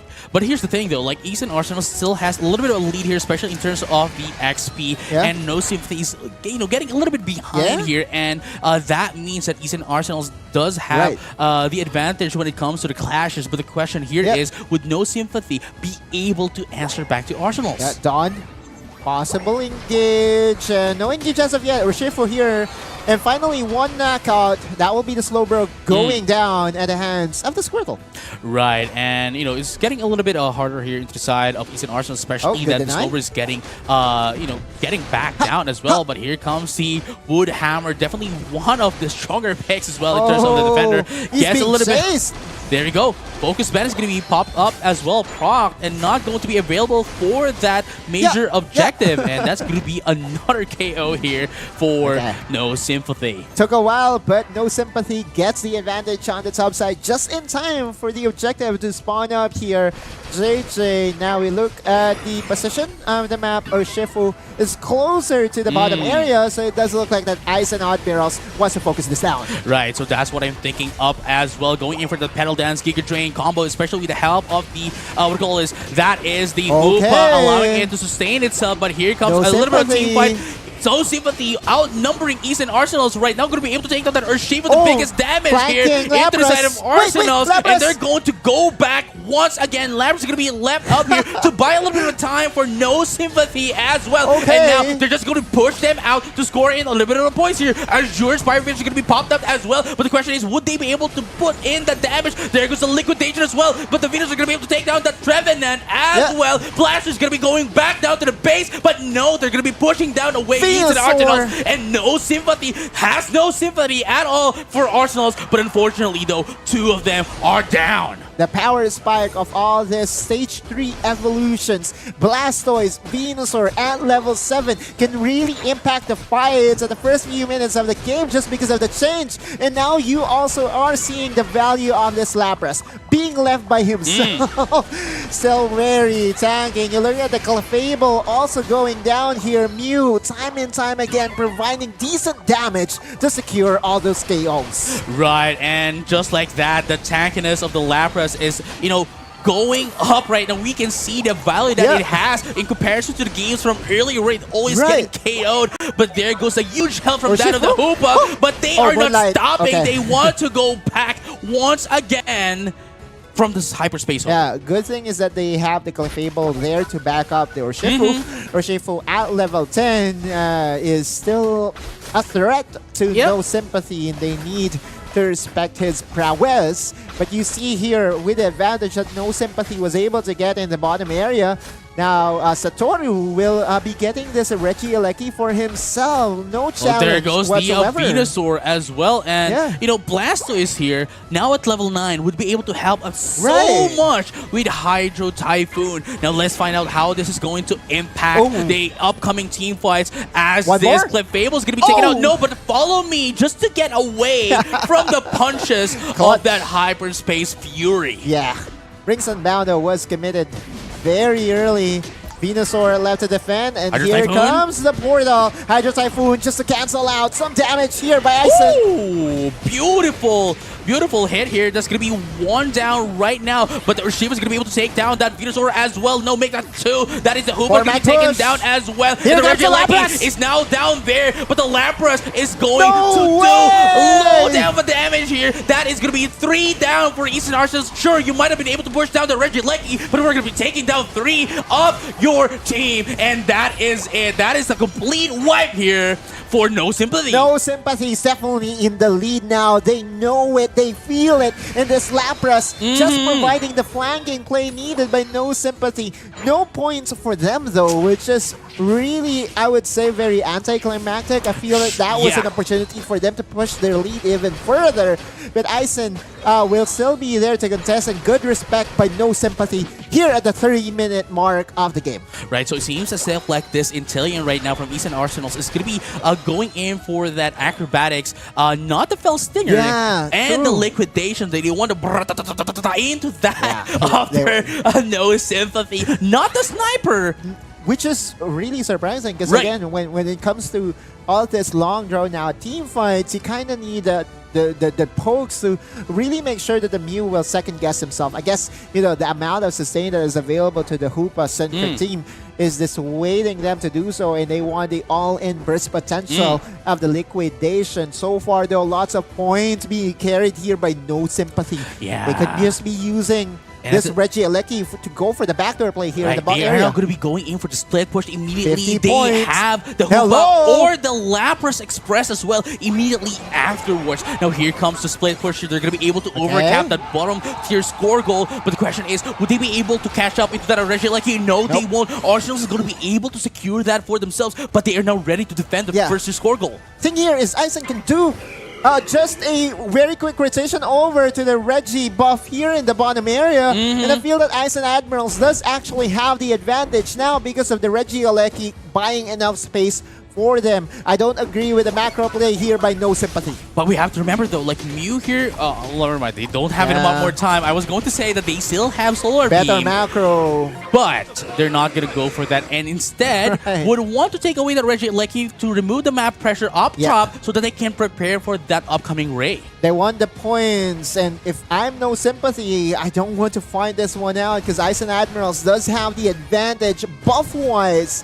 after securing another buff for themselves. Now this Rayquaza dance will happen with Lapras just behind. My goodness.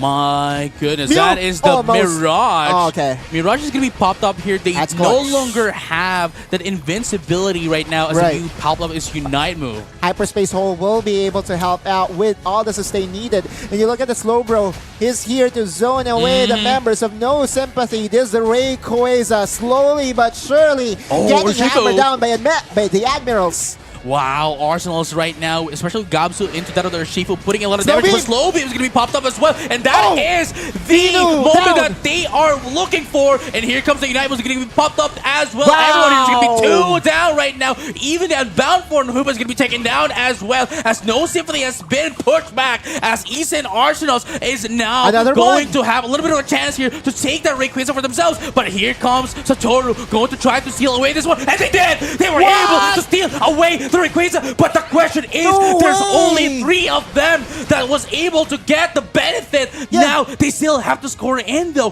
But here's the thing: they still are in the lead. They're still in the lead. Just the fact that Satoru was able to clutch it out and steal the Rayquaza buff for No Sympathy means that Aizen Admirals is on a taking time bomb. Can they do it? And at the same time here, they are going to have a hard time here because of the AoE of Petal Dance. They're not going to be able to score in. And the 98 as well coming from the Mew on the split push. Sure, they don't have enough more time anymore. Beautiful stuff coming in from that of the Venusaur to buy a lot of time, ensuring that they are getting in a little bit of a diversion for that Mew to put in 98. The Blastoise. It was amazing. He was the hero that was needed. Wow. It was very close. And Satoru. Yes, Satoru.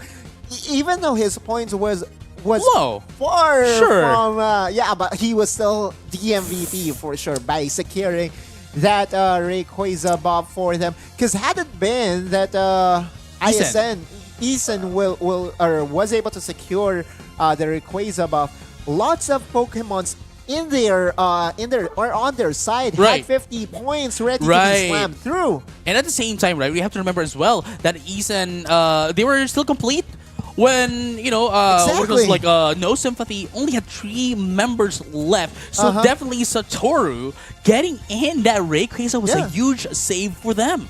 Pukart was doing the best that he can to zone away Raijin because he was trying to snipe into the Rayquaza pit using the Mew, but in the end, it wasn't Raijin that was able to steal away the Rayquaza buff. Satoru, my man here, saved the game for their squad, and I would say it's an upset because I felt that at that point, Aizen Admirals did everything by the book to really get the advantage at the latter stages of that game. A very interesting game, and I dare say it, we could be seeing a 3-game series. Yeah, that's what I'm saying as well, right? Before we start off 2-hour broadcast for the 4th series, we might be able to see our first game number 3, especially with how close that was. It was indeed the closest game so far. The steal just to deny the Ray push. And again, for the casual viewers that we have out there, if your team gets the Rayquaza buff, you have this shield that you can work with to instant slam all those points. And again, not quite. Yeah, increases, quickens your scoring. Yeah, to almost instant slam. To almost, sure.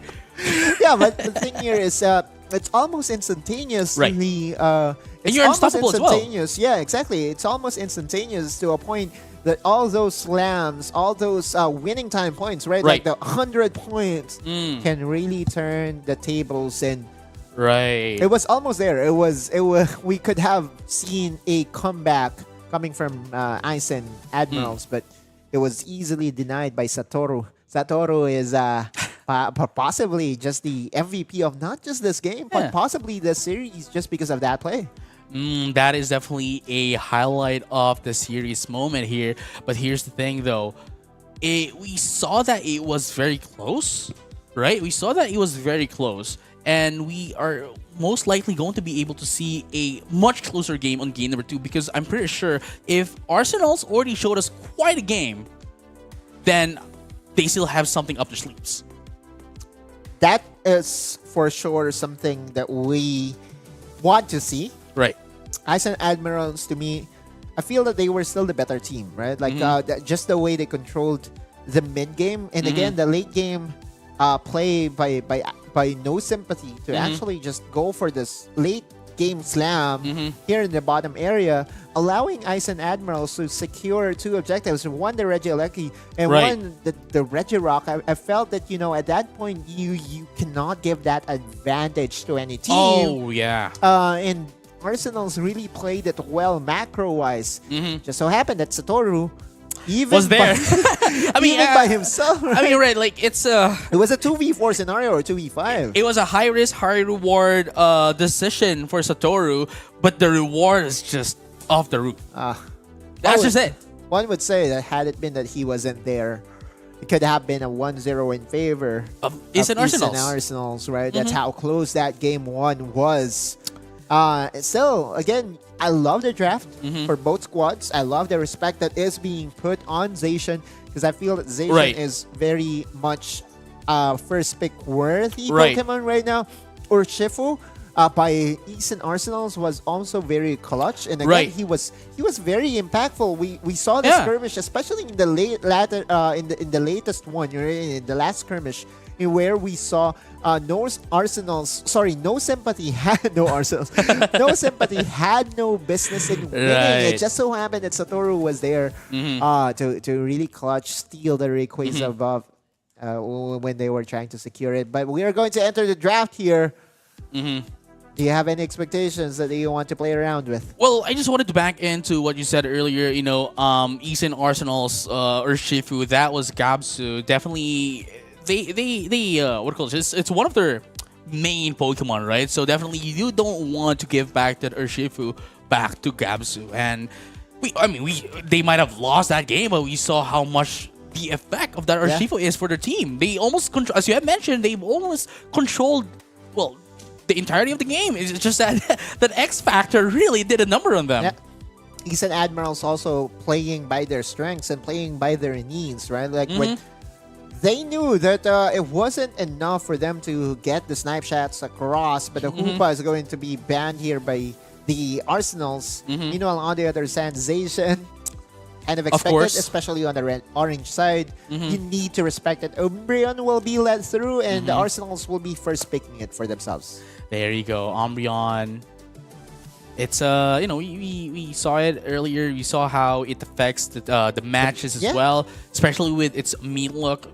It's definitely a huge threat to the team that would be able to get it, but No Sympathy though gonna be answering back with Lapras and Blastoise again, right? Like it's the second time that we are going to see the Lapras paired with the Blastoise.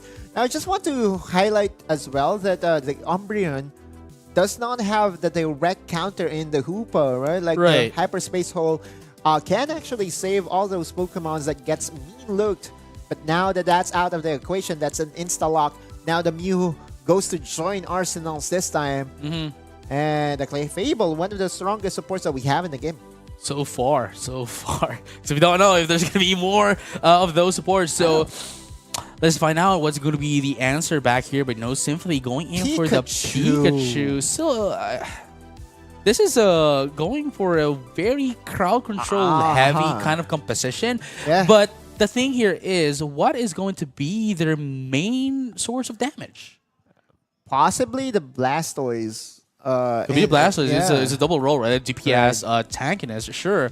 But you look at this, the way they drafted, Pikachu by himself is not going to be enough. Buzzwole is going to be popped out of that. One of your favorite Pokemon as well. Buzzwole just smacking down everyone. Lots of favorites, right? Like, and yeah, when it comes to being one of the most flashy Pokemons in the game, I feel that Buzzwole with all the slams, will really, I would say, be super flashy in this game as well. Now, Inteleon will be locked in here by No Sympathy. On match point is NS and Nysen. It's what do you call it? In terms of like the composition here, right? Like I'd have to say, how do you feel? It's interesting. To say the least. It's interesting to say the least. That's the safest way to put it, right? But yeah, It's at one glance, though, I feel Yeah. that no sympathy again with their win condition in game number 1 of riding Satoru's backs.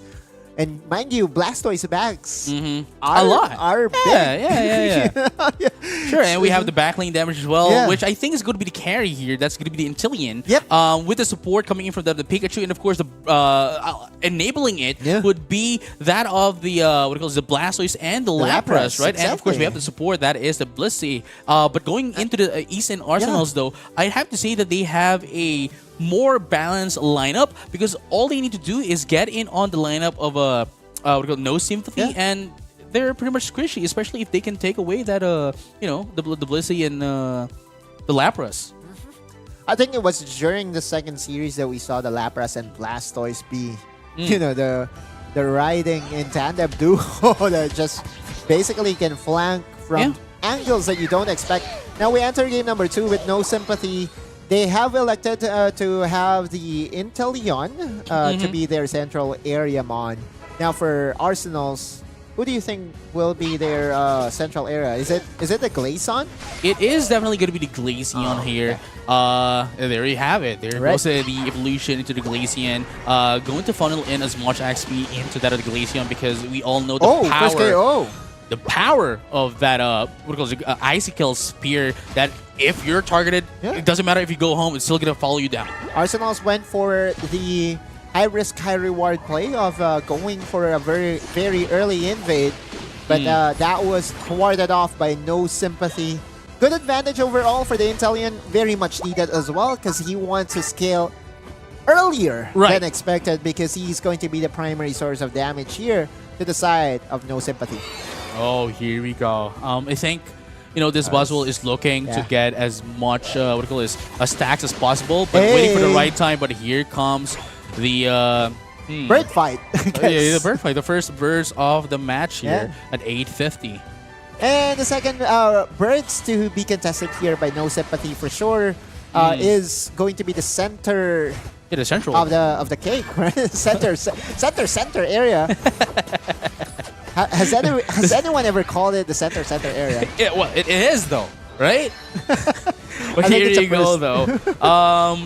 We have the Buzzwole here. Still hasn't been able to put in a little bit of a stacking here. Now has 30 points. Going to have a little bit of a hard time here to put in the points because again, the more points you have, the slower you put in you dunk into points. Yeah, exactly. And just doing quick maths. Altogether now 8 minutes again. The center area.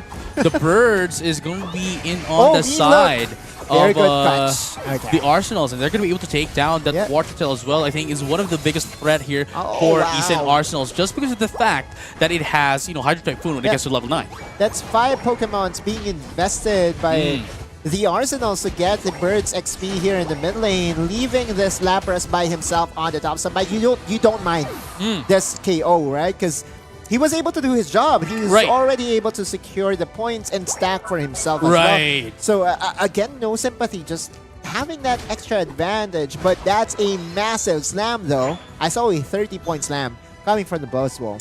Yeah, finally he was able to get rid of those points, and now they want to stack up those points. And again, it's currently they're currently alone up top, but no more first-year score goal. Now going in on the 7-minute mark, here comes the first objective, major objectives of the game. A potential 5v5 here, JJ. As that Buzzwole comes in, but here comes the mean look as well. Going to be able to mean look that Lapras, but here comes the Icicle Spear as well into that of the Blastoise. Was able to tank in a little bit of damage right there, but here comes the Pikachu as well. Mean is going to be popped out as well. That is the initiation that they need, and here comes the Sword Beam as well. My goodness, this is going to be popped out as well. That's going to be 1 down to make the 2. Umbra is going to be taken down as well, and the Lapras and Blastoise down, and here comes the Arsenals going to be able to take away this Reggie Ice and not going to be able to steal by that Intillion, and now here comes the Ultra Buzzwole from that of the Buzzwole to put down that Blissey. By himself, he was able to help the Arsenals secure a big advantage at the 6-minute mark. This Buzzwole needs to be respected, especially by the time that he gets level 9. That lockdown, yes, sir. with the lockdown, no sympathy had no business challenging it at that point. Its Unite move name is quite a mouthful. Ultra Swole Swarm, but we saw how ultra that is. Go ahead. No. Never mind. But here we have it. Arsenal's. You say it. It's quite a mouthful, really. Yeah. But now, as we say that, Arsenal was able to secure, the Regieleki up top. Now putting in a little bit of pressure down here. Can they do it? No sympathy. But yes, sir, that is the question. Would they be able to push away this Regieleki into the second snorkel? Here comes a Melook as well. And the Glaceon's going to be able to take down the Blastoise as well. But here comes more like Prance going to be popped up, but not quite enough though. Glacial Stage going to be popped up as well. And there we have it. One down. Basil is going to be down now, and the Regieleki is going to be repelled back from Ace and Arsenal, taking down the Umbreon as well. Nice try for Arsenals, but still, it's so hard to deliver the Regieleki on towards the second tower, especially with all the defense capabilities of No Sympathy. Has at this point, good poke coming in from the Mew. Is it enough though? I think it will be good sidestep coming from the Lapras. It would have been enough if it wasn't for the Blissey, putting in a little bit of sustain with the eggs. Giving it some sunny side ups for breakfast. But here comes, a little bit of a little bit of some XP gaining kind of time here, waiting for the next next objectives as the Reggie is now up.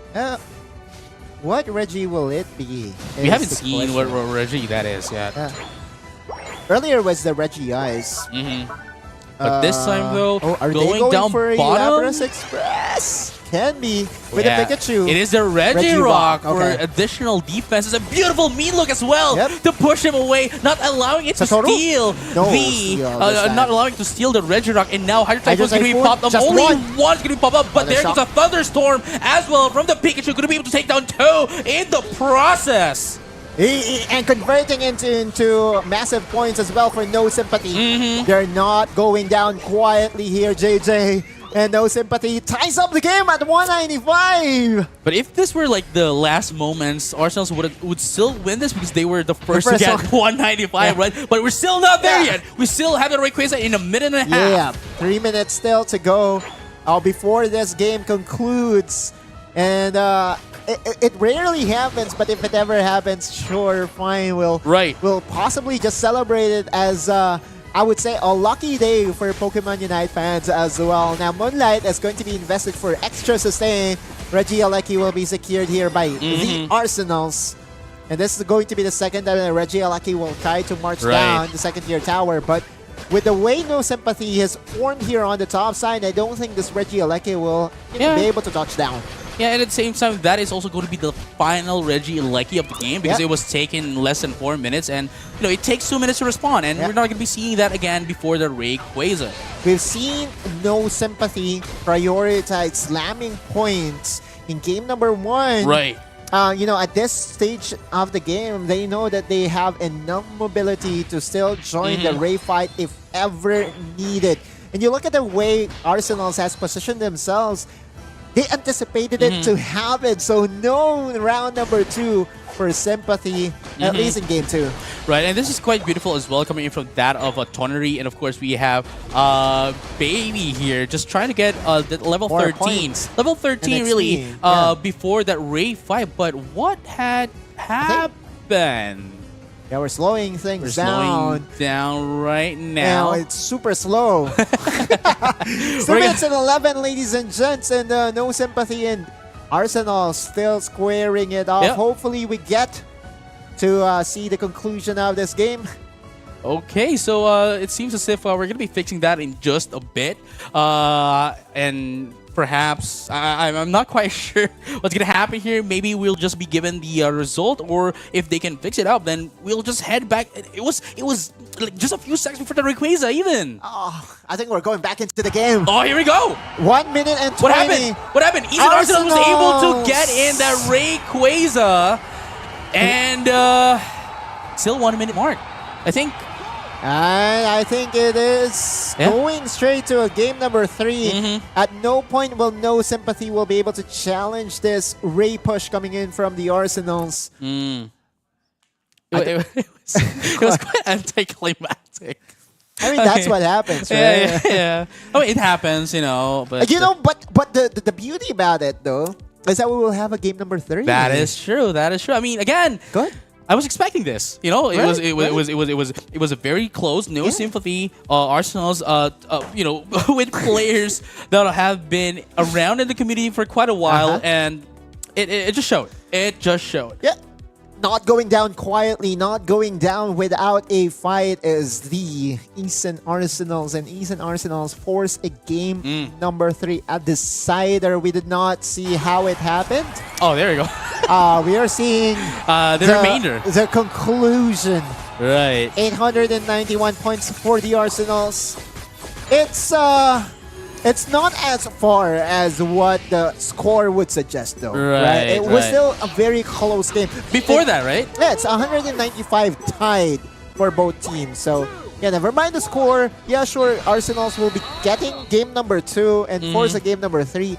But I still feel that this series can go either way. Right. No, honestly, I have to agree with you. And it's just fascinating to see a very close game such as this. And again, I have to reiterate, it's a single elimination. Yeah, no more tomorrow for whoever's losing this, right? Yeah, the team that will be losing this will have to pack their bags. Now, speaking of bags, Gabsu bagging the MVP in game number 2, and you see the damage dealt by the Glaceon. 50,000. This double carry setup that they have tried and they maximize here just was allowed by the Buzzwole, because I feel that the Buzzwole was really creating enough space for all these folks to come through. Right, especially with its crowd controls as well, smackdown, repositioning everyone as well, isolating, a target is just really helpful. But I have to commend here Fear and Dawn being, the best supports that they can be, and having quite a number on the recovery as well, allowing their team to survive as much as possible. Power of the supports. Raijin on the Pikachu, not the best game. He had the best game for his team standards, but I feel that they need more from him in order for them to beat the team that I feel is a little bit favored by many heading into the series. Although, just looking by their performance, with how close games 1 and 2 was, I feel that game number 3 is going to be a very big nail-biter. Oh, yeah, for sure. I mean, it's the final moment. It is the final round for both of these teams. Again, one mistake is all it will take for them to pack their bags, go back, and, well... See you next year, I guess. See you next year. But what we will be doing is to see you in a very short while, because we are going to enter a very short break. Are we? I don't think so. I think we're going to be heading straight to game number 3. The thingy? I think it's already fixed, though. Oh, I think it's already fixed. Then, yeah, let's do it. So yeah, again, we've already, I think we've already said everything that we wanted to say going to game number 3. So I think it's quite pretty smart of us to take time and make use of this time. Yeah. To thank our sponsors. I can read your mind now, JJ. There you go. Yeah. We so instead of going to a very quick break, we're going straight to action in game number 3, and this is the best opportunity to give a huge shout out to Smart, the official telco partner of Pokémon Unite Asia Champions League 2024. Right, it is still the Philippines' best mobile network, having the fastest network and nationwide coverage in the country, as awarded by Ookla of Speed Test Intelligence Data for Speed and Coverage, quarter 1st, 2nd of 2023. Yeah, and remember that you can get a free Burger McDo when you switch to Smart, Prepaid, or TNT. It's so easy to join. You just have to text BURGER to 5858. And load within 30 days after activating your new SIM. I feel like, the activation of SIM nowadays does have a process to it, just because of the SIM registration that we have, right? Yeah, I mean... Because you have to register the SIM under your name. Yeah, now it's under your name now, so... Well, it's actually quite helpful to some extent as well, to to prevent a little bit of need, though. It's a need, it's right? a necessity. It's a welcome change, and yeah, huge shout out to Smart by implementing this very much needed change for the community. Just making sure it's a safer space for everyone. Right. Yes. But we have to, emphasize as well that after you've texted burger to 5858, you'll be receiving an SMS with a Burger McDonald's voucher that you can redeem on any McDonald's branches nationwide. Just have to load and you get a free burger. It's a do we have a burger? Yeah. Do we have a burger? We're with Smart. We're with Smart, dude. Not with the other guys. But yeah, sure. I guess you guys, if you want to grab yourself a snack, feel free to do so. We are here just waiting for your entertainment, and we're just waiting for game number 3 to start up. By the time that we enter the drafting phase of game number 3, I feel most of the questions that we have will get answered. Right. Because I feel that the drafting has also decided the outcome of the game. No, yeah, for sure. I mean, again, Gabsu is one of the known kind of carry players in the community as well, and it showed with that of the they just have like the game sense at all. Having being that of the Glaceon in game number 2 showed how much they be the veteran in the game, they know their positions, they know their timings, and basically what I call is be the guide for the team, really. Yeah. Being able to, again, create the space is also the buzzword, which was a surprise in game number 2. But as I predicted it, JJ Kun, we're going to enter a very short break. By the time that we get back, it will be game number 3, the decider for this series.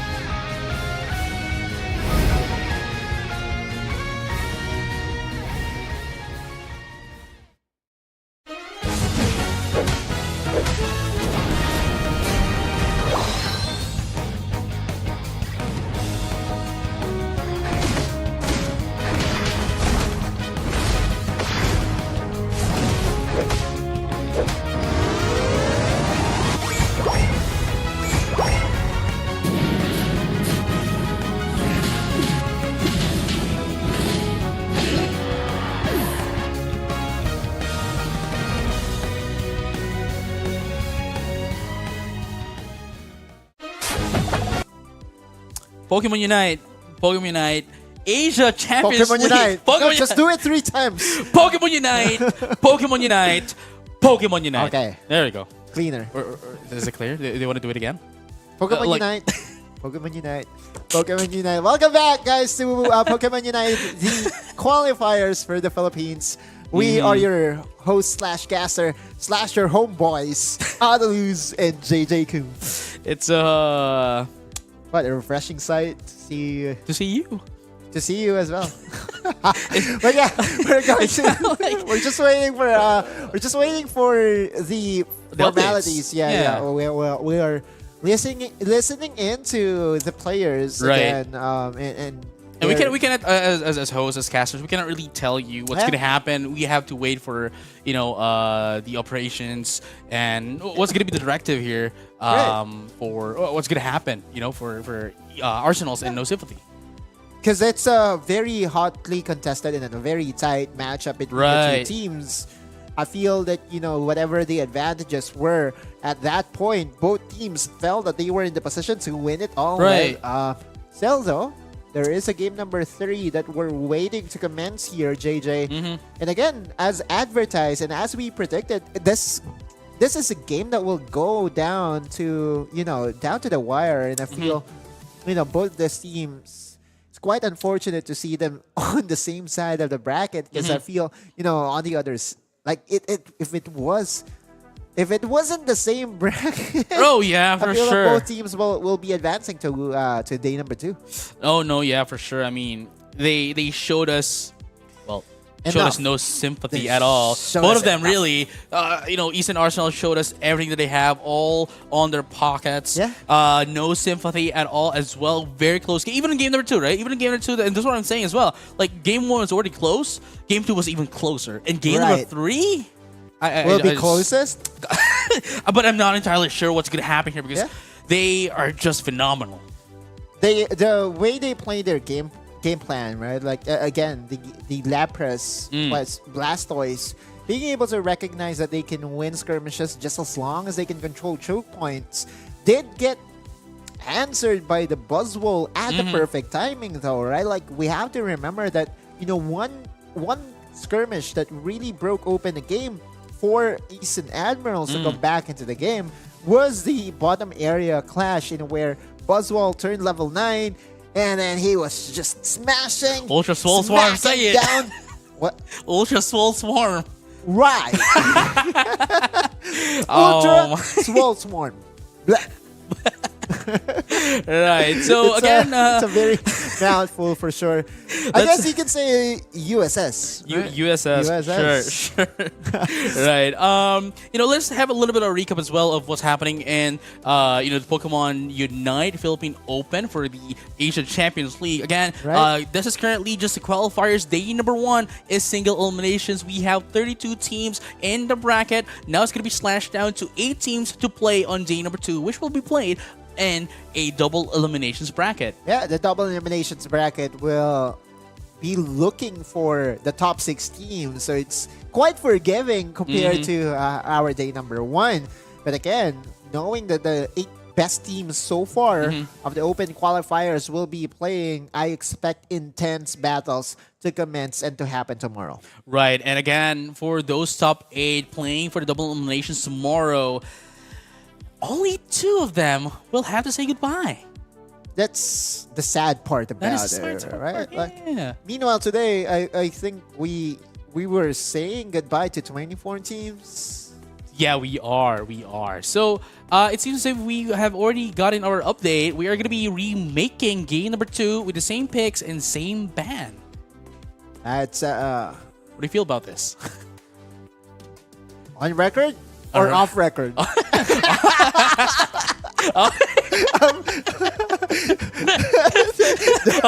That's one way to put it. Right. No comment is a comment. That is true. So we're gonna be seeing the same set of picks and ban for game number 2, and this is just a chance for No Sympathy in maybe getting a 2-0 here, or maybe we might be able to technically go on game number 4. Right, because this is a remake of game number 2.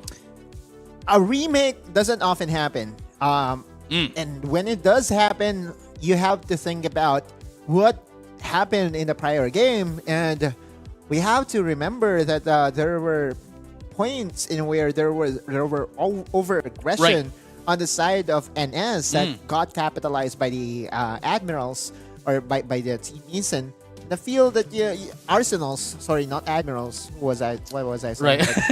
But yeah, you get what I mean, right? Yeah. Arsenals, I feel, with the by recognizing their win condition very early, I feel that this game number 2 will go definitely tilt to their favor, and we will still have a game number 3. Could be wrong though, but again, just happy to be proven wrong if ever that happens. Right, and at the same time, like for No Sympathy, they now have this chance in order to adapt to what Eason Arsenals was able to deliver to them, especially that we're going to be playing the same set of Pokemon, same set of bands anyway, so they just have to, optimize their movements and their macros as well, going against that of Eason Arsenals. It's a new game, but it's I would say same draft, but it will be a totally different game for sure, right? They still will have the freedom to switch what their roles are, right? So we could be seeing, a new mid or central area Pokemon. Right. But really, it's all about the Buzzwole. I feel that it has to be respected at one point, especially at level 9. You cannot just go in. With the what USS. That was good. That was good. This guy he's really testing my patience right now. I tell you what, we are going straight into game number 2. I was about to say 3, but it is No Sympathy still in the lead, 1-0. Yeah, we are. It's basically the same. redraft. It's basically the same draft anyway. So we already. We don't mind the sequence though, right? Like just as long as they draft the same 5 Pokemon. Yeah. I mean, we have the what do you call this? We have the Lapras, we have the Blastoise. Yeah, Lapras, we have Blastoise on the other side. The Buzzwole. The Glaceon coming from Gabsu as well. He was so impressive though. But I cannot take my eyes off Buzzwole. Right. No, yeah. Especially with his For crowd the control obvious reasons, right? potential. Yeah, for sure. Yeah. And of course, we have the Umbreon as well. It was quite a really helpful Pokemon, especially that there was Meatlook, not allowing No Sympathy to go anywhere at all. Yeah. And we were saying that we were. I won't say we were critical of the Pikachu pickup, but I feel that he needs to step up, especially. The majority of the damage outside of the Inteleon will be coming from the Pikachu. Again, we are going to enter the same draft, and it's not the same sequence, But it doesn't matter. Yeah, they can switch it up after picking the Pokemon anyway. Yeah. Going back though, like the Pikachu, as you have mentioned, it need to step up. They need to be more effective on the team fight because the only time that we were able to see the Pikachu was when it used to Unite move Thunderstorm, and after that, it was just like, where's the Pikachu? Yeah, Thunderstorm following a Hydro Typhoon. Yeah. It's a massive team fight, combo, Unite combo that you can actually do, a fusion attack as we call it. Then again, it's harder to execute because of the threat of the Buzzwole, presenting himself as a big wall. Not to mention the amount of pokes that are available to the Arsenals. They can just poke you down even before the fight starts. Yeah. And, that's when Glaceon becomes a very scary Pokemon because once he sees a very low health bar, he can just burst you down. Burst you down with that of the Icicle Spear, and at the same time, again, cannot dismiss the fact that the Buzzwole is up there to isolate a Pokemon and then, fusion it, combo it with that of the Mean Look, right? And it's, a pick-off immediately from there. And we're going to enter game number 2. It's a remake with Arsenals again, needing to win this to extend their tournament life. This is how intense the day has been. 1-2-0 or one loss of a series would basically mean your tournament life here. And I understand, whatever the decision was to remake the whole thing, it's centered around the idea that there is no more second chance for all the teams. For sure, but here comes, the Lapras putting in a little bit of a stacks here as well from their points, and, they are going to be able to, get more points as well. Was able to seal away, that Bunnelby. Getting some XP wouldn't hurt, especially if you are left by yourself most of the time here in the top area. And this is what we have seen for almost the entirety of the competitive meta in Pokemon Unite, right? Like we see the 1v1s, we see the bruisers on the top side. The birds are going to be fought over by the bottom area. No clear victor so far. It's been a very quiet early game. Oh yeah, in comparison to like the previous game number 2 where it was quite heavy. A beautiful Mean Look coming in, coming from that of the Arsenals, but unfortunately not going to be able to finish the job here. I remember prior to this game, like, it also happened. The Mean Look locked down the Squirtle, and then Squirtle ended up being KO'd. But again, no sympathy, finding some breaks in the game right now. That still is the power of the Umbreon that they need to respect. Right, and there you have it, the smackdown coming in from that of the Buzzwole, putting in a bit of a promise here. Birds. Yeah, here comes the Central Birds coming up as well, and here comes the Icicle Spear from that of Gabs, so putting in a little bit of a damage, well, not a little bit, but a huge damage into the Lapras, considering that it is a defender. Also, the passive, we have to remember. Oh, slam time. There you go. 8, 9, 17. The 30 points of the Glaceon won't be slammed as of yet. There you go. One more time. Taking down the War Turtle. Beautiful Mean Look as well from that of the Umbreon. But now they're going to be able to destroy this first tier score goal. Yeah.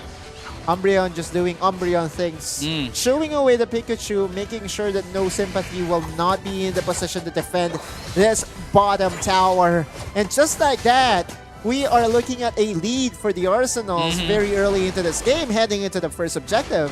Right, and we haven't seen Inteleon yet do a bit of a damage here, but never mind. Just as I say that, they're going to be able to take down this Buzzwole, but that is a tough path. That is them giving up, that Reggie bottom, but they have the advantage over that of the Reggie Elect. So this is a bit of a handshake for them, as Arsenals is going to be able to take down this Reggie Rock. Yeah, feel though that this Reggie Elect, he won't be able to touch himself down on towards the second tower, but it doesn't matter, right? It's all about the XP. It's all about the bonus 20 points as well that comes with it. And now no sympathy in Arsenal's very close game in game number 2, as expected here, JJ. Yeah, of course. I mean, they had to adjust going into this, and No Symphony is going to be able to take in the central birds here as well. Level 7 is going to be the level here for the blasters as well. Exactly. Going to be able to help up as much now, but here comes a mean look into the Intellium, beautiful one, but unfortunately no follow-up. He's pushing away the Umbreon. Umbreon's still a defender. Will be able to survive the all-in coming from the No Sympathy, but I was looking at the same thing. Blastoise, prior to that last level up, he was the only Pokemon left at level 6, and I feel that he was so delayed in tempo in the bottom area that Arsenals is really taking advantage of the weak early stages of the Blastoise. And it doesn't have its Unite move yet because it's still not at level 9, so it's not going to be helping out a lot on the team fight, especially that it is the initiator in their team. Yeah, quarter needed. Oh, good pushback. Oh, wow, beautiful isolation with the surf coming in from Satoru. But here comes the smackdown into that Blaster's Blitz assistance to get in a little bit of sustain here. But are they going to be able to answer back here? Here comes the Solar Beam as well. Glacial Stain is going to be pulled up. Hydro Typhoon is going to be 2 down here. But here comes a follow-up. Here comes a Thunderstorm from the Pikachu. And with the Thunder to take down 2. And this is the thing, No Sympathy. Satoru levels up just in time to defend the tower on the top area and buy enough time for the members of No Sympathy to join in Pikachu, dealing massive damage, and No Sympathy riding the momentum that they were gifted by the Arsenals. Oh, wow. Beautiful mean look coming in from that of the Umbreon. Going to be able to do a lot of damage here. But the Lapras was able to save up that that Blastoise away from the Icicle Spears of the Glaceon. Yeah, just blocking the path for sure. And so now this Reggie Rock will be rocked by the Arsenals. Meanwhile, NS has to settle again for the Regieleki that we know is not going to touch down, especially with the amount of focus that Arsenals can just put in on the top side of the map. But here you go. It looks like the Intillion and the Blasters are the only ones into that of the top half. Are they slow? Nobody currently is helping them out. I don't think they're going to be able to take this one away. And there we go. Arsenal's going to be able to steal the Regieleki away from No Sympathy. And here comes the power from the Arsenal. Get the Smackdown once again to take down the Pikachu. Is going to be 2 down, and now they have destroyed the first tier score goal off of that top path. Massive swing for the Arsenals this time. It took a long time for NS to secure the Regieleki, and bought enough time for the Arsenals to go there and come seal it. And it's a lot easier. It's a lot easier to touch down the Regieleki on a first tier tower. That was capitalized here by the Arsenals, now entering the 3 minutes mark of the game, and we're going to enter a very quick pause here. JJ. As we just saw that, they just went into a tall grass and called a pause, a timeout. Yeah, a timeout. And now we're going to be, waiting for what is going to happen. That is a tech pause, apparently. And we're going to be waiting for a bit of an update on what's going to happen here. Yeah. I guess the more intense the games become, the harder it is for us to let go of the explosions. Please. No, yeah. Please. But yeah, it's been very exciting.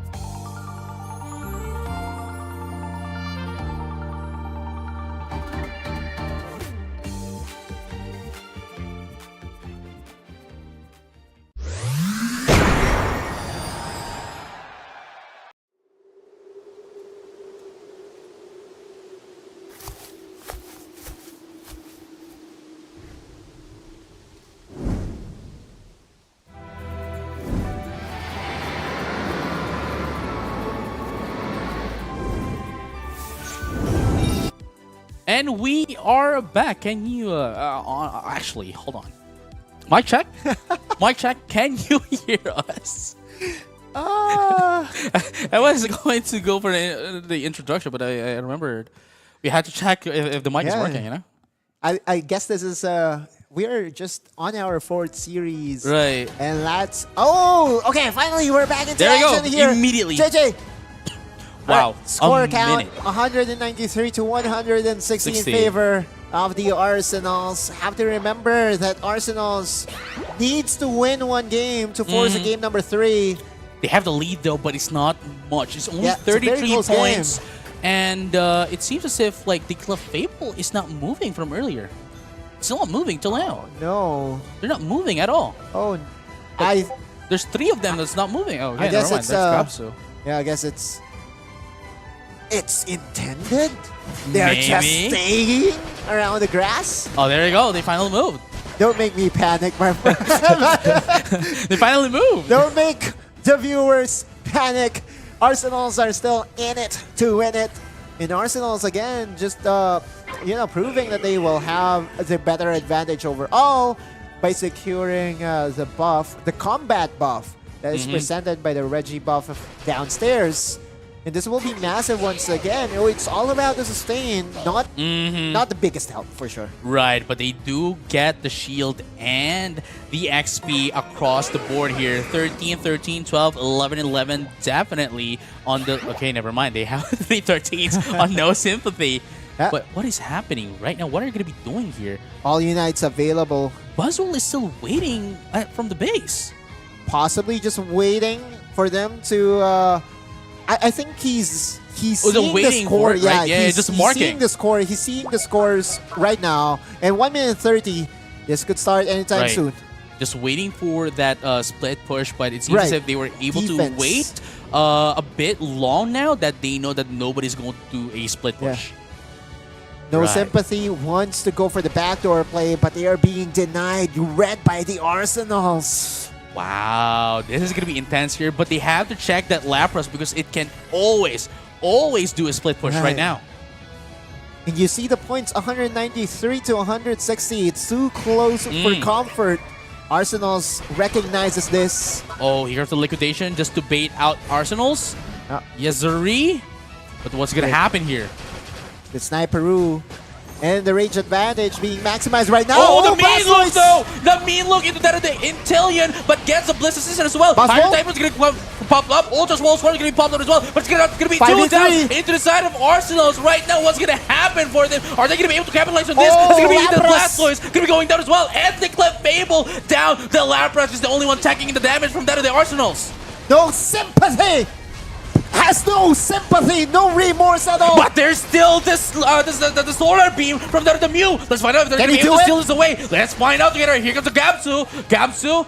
Okay, waiting. They know that the Mew is here, but they are not going to be able to steal the Rayquaza as No Sympathy is going to be able to score. They need to score it still. They have the time. 100 points, and that's it. That is it, ladies and gentlemen, and all traders alike. No Sympathy was able to clutch down the score at the very last moment. What a team fight. And again, that over-aggression coming in from the Buzzwole. The counter-engage coming from No Sympathy. And all of a sudden, we have a 2-0 with No Sympathy advancing. What a game. Wow. I like the fact that No Sympathy forced Eastern Arsenals on an option select, right? Especially that Tornado was just waiting at the base, waiting for that mark if someone's going to do a split push, which, you know, what the Lapras did into Eastern Arsenals, just, you know, playing a little bit of a mind game, and they didn't need it. And because of that mind games, just because of the Lapras's existence right there, they were scattered around, and you know, No Sympathy was able to capitalize on this. Can I just say that Satoru once again ends up the hero that No Sympathy needed? He was the ultimate bait. He got mean looked, right? Like no. The one that got mean look was Intellion. And then, was it Yeah, Intillion? it was Intillion. It was very quick, right? It was Intillion, and then immediately it was because of Dawn, Bliss Assistance, Unite move to sustain the wow. Intillion. Okay. Because that was the initiation coming from the Eastern Arsenals, right? Right. Pullcard with the mean look. That was quite beautiful initiative from that of the Umbreon, but they were almost into taking down that Intillion if it wasn't for Dawn's Bliss Assistance right at the nick of time. Yep. Clutching it out is no sympathy. They are just a crazy team to watch. You give them a few seconds and they will be able to slam it through. And again, Ray Buff. Had it been that the first tier tower in the bot lane wasn't there anymore, I guess it wasn't enough time, or was it? It wouldn't be enough. It wouldn't be enough. It wouldn't be enough. So I guess that's one of the reasons as well that if you are almost into the Rayquaza fight anyway, you don't destroy the first score goal because that could be your saving grace. Exactly. And that's what happened with No Symphony. Because again, even if they were able to take in that Rayquaza, if there was no first year score goal, they wouldn't have enough time to put in the scores. Only if, right? The only saving grace for them was the Lapras Express, which was already popped up. Invested, yeah, it was already invested in that team fight alone. But that is just the 4th series of the day. We'll be right back with more Pokemon Unite action for you.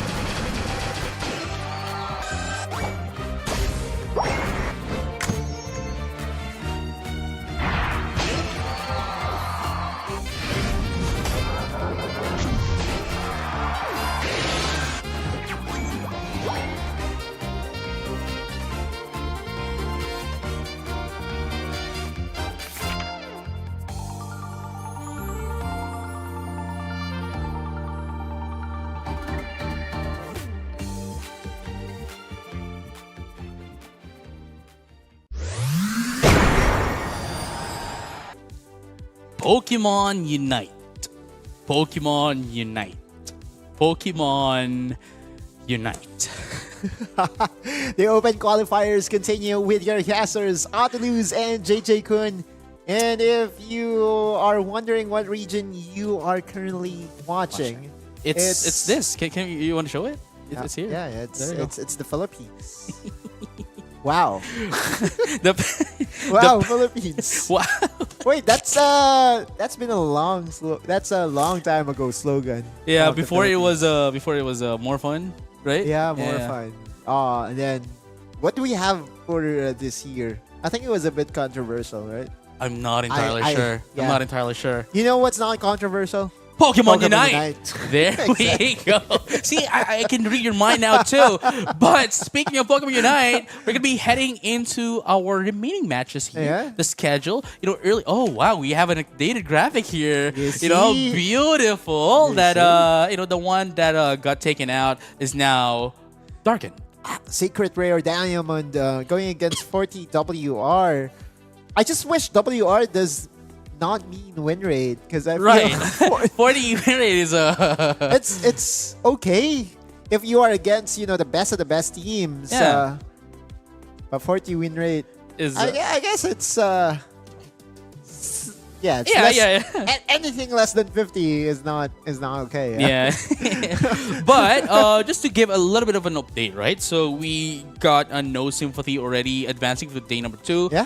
We have Isen Celto as well. The only remaining Isen team that is going to be proceeding to the next stage tournament because Aumento also got taken out. Wow. We have Secret Rare Pearl as well. Again, as I mentioned earlier, taking out their teammate Violet. We have Last on Fox actually taking out Omo Bengal. We have Night Fox as well, taking out Aumento. Terra Volt, the one who proceeded with from the default earlier, actually won their match as well against SMC Bebsies. And of course, now we're just waiting for the last 2 matches for our top 8, which is going to be Secret Rare Diamond versus 40WR. And of course, our finale for the day is going to be PNK Hiraya versus Omo Dragon Lee. Yeah, if you guys are wondering why Elevate Esports nor Talon Esports was not said by Mr. JJ here, that's because they're not part of the day 1 and day 2. Exactly. We have to wait for day number 3. We have to wait for the playoffs in order for us to see the direct invited teams. They have that advantage from playing in the World Championships in Yokohama. So now they have to wait for just wait from the qualifiers, and they're just waiting for you at the top. Secret Rare Diamond going against 40WR. The drafting is underway.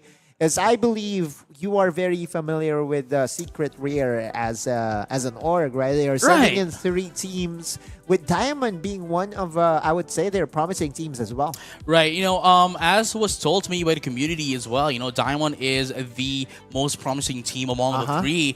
And I'm just really excited to see what they have in store for us because they have been playing for quite a while. Right. And they are one of the crowd favorites as well, I would say, to be able to get to top 8. And on the...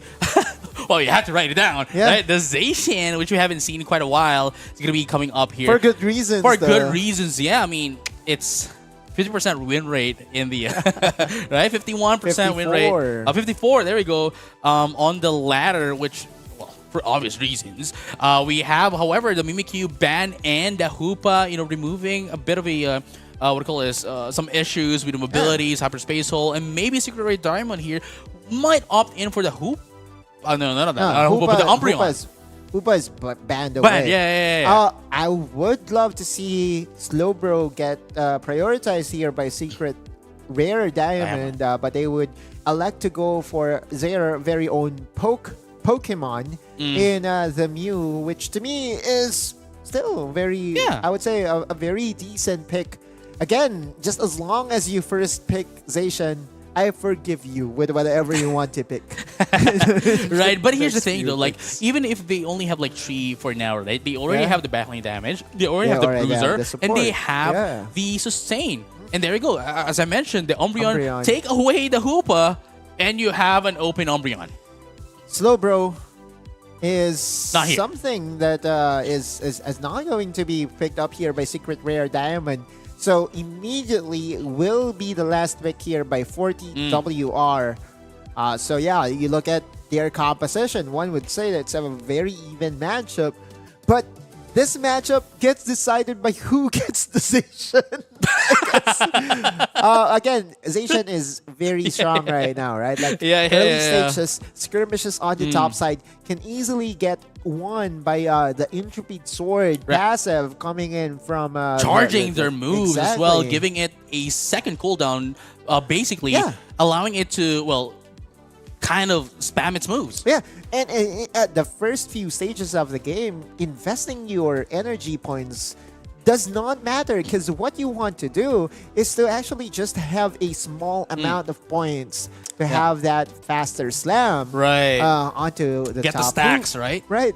So one would say that, the kit of Zacian, that's one of the reasons why Zacian is not that OP, is because you have to invest your energy in order for you to have extra damage. At the early stages of the game, you will be most willing to trade that off because you are stacking your items anyway. And at the same time, right, it only has one of the drawbacks for Zacian here is that you can only put in 2 held items here, because that of the 3 slots, one is taken by Rusted Sword, which is by lore always handed by Zacian. That's why it has its current form right now with the wings and all that. Because if it's not for the Rusted Sword, right? It doesn't have that form. It doesn't have the wings and all that. So it's lore based. That's why. So without the sword, he will just be a baby Zacian, I guess. Yeah, I guess you could say that. Yeah. And it doesn't have, a bit of a resistance to some of the Pokemon's elements. But speaking of Pokemon's elements, the element now is Secret Rare Diamond versus 40 WR. Not the top that we've used to see from the earlier matches, right? Luxury that you have whenever you have the Lapras. That is very formidable and self-sustaining on the top side. One of the tankiest Pokemon in the game. First goal here by, is that Steam? That's Steam, yeah. That is. I don't have my glasses on. And it is quite far away. It's quite small for fonts. I will remember as the day I casted without my glasses on, JJ. Wow. Okay, so we have this is the Umbreon. Yeah, it should be Umbreon. Oh, here comes the Zacian. I think first KO is just imminent.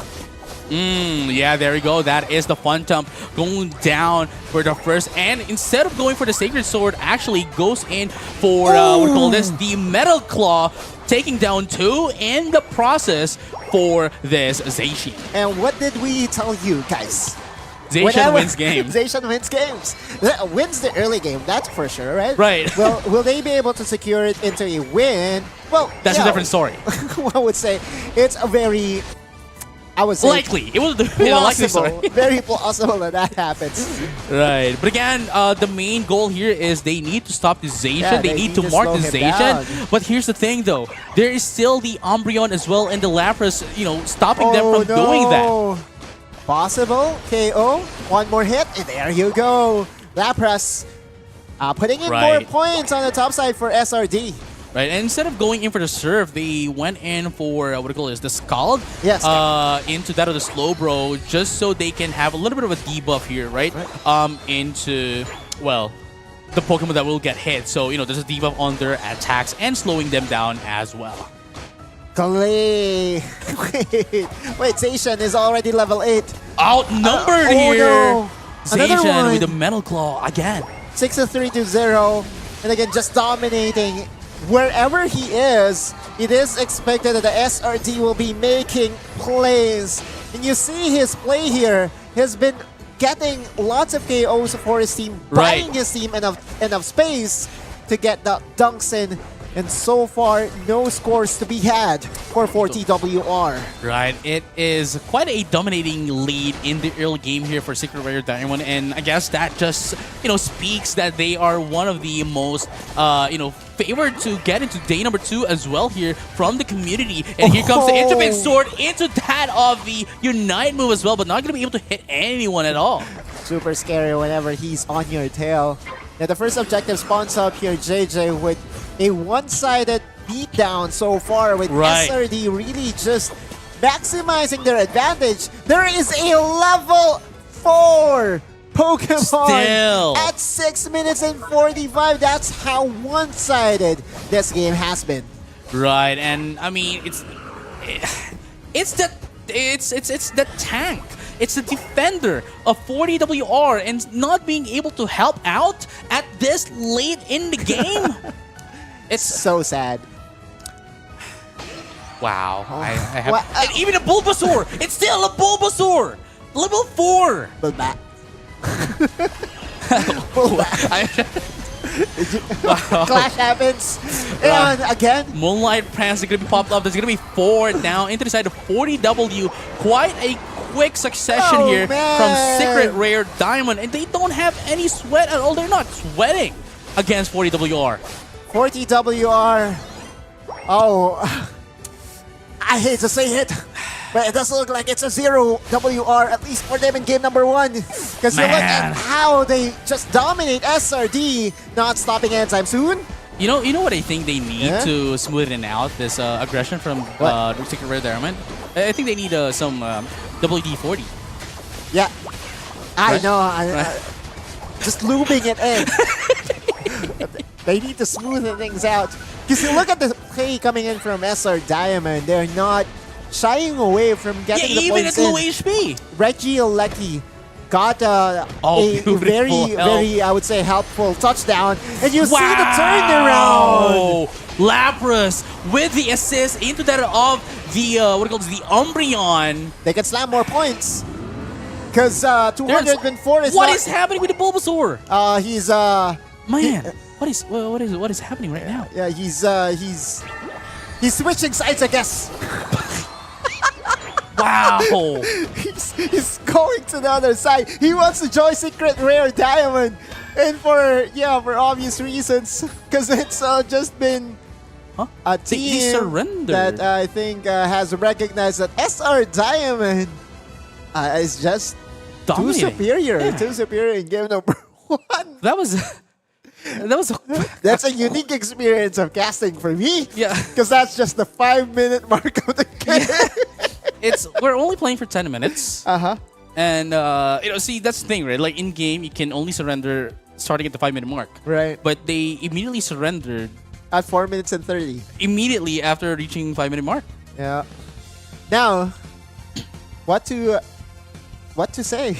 There's my not much cross, to I say, guess. dude. Exactly. There's not much to say because again, it's Asian. At no point in this tournament that it should be let through unless you devise a plan to control and slow down the Zacian. But I guess, at the first few minutes of the game, there's really just one way to control it, and that is to not fight him at all. That's where he's strongest, just because of the amount of damage that he can put in, because of the passive that he has. Sorry, I'm still processing what happened. Yeah. It's yeah. I'm left quite dumbfounded. Don't be. I'm like because that happened to me last night too. I was forced to surrender at 5 minutes. Right. Laddering preparation for the game. The ladder experience, ladies and gents, hasn't been too kind to Mr. Auto, last name Blues. I mean, I guess this is what happens as well if you get paired to a 5-stack on the ladder if you're playing alone. Yeah. Did you see Jubilee? Jubilee ended the game at level 4. Right, yeah. It never evolved. It never evolved, right? Yeah, it's a baby Venusaur, right? It was the Bulbasaur that was going, joining Diamond. I guess you can say Jubilee was Jubilees. He was Wow. He was. It was he? He was Jubilees. Okay. Game number 2 will be underway in a short while, ladies and gents. And again, this is still the Philippine qualifiers. Round number 2. It's just oh wow, they are no. We're not gonna go to game number 2. 40. We just got the update that 40 WR is forfeiting the tournament. They don't want to face the wrath. They don't want to face the wrath of Secret Rare Diamond. And so we are heading straight to our last series of the day. But before that, we're going to enter a very short break. Audaluz and JJ Kun will be right back.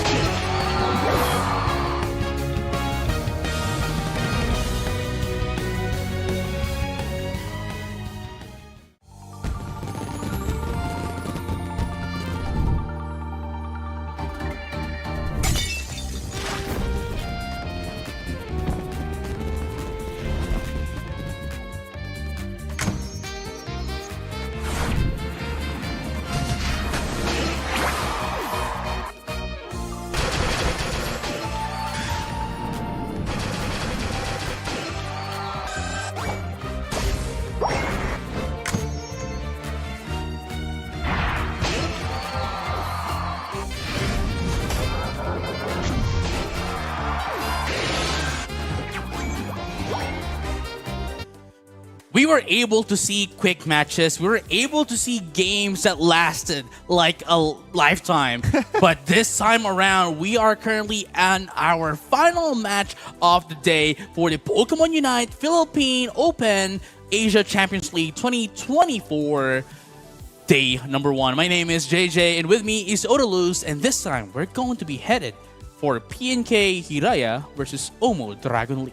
Oh, I've seen lots of comments saying, "Where are the Omo? Where is Omo?" And now we will be finally seeing Omo in action, a team that I believe has a lot of fan base as well, similar to PNK. Right, so here's the thing though, like, Hiraya, from what I was told as well by the community, they are quite consistent, right? But in the terms of Omo Dragon Lee, they have been changing a lot in their roster, okay? But at the same time here, I would like to give shout-outs to Dragon Lee because a lot of their players actually have been playing for quite a while as well. Specifically, one of the returnee with them is Sergi. There you go, playing for Dragon Lee. Yeah.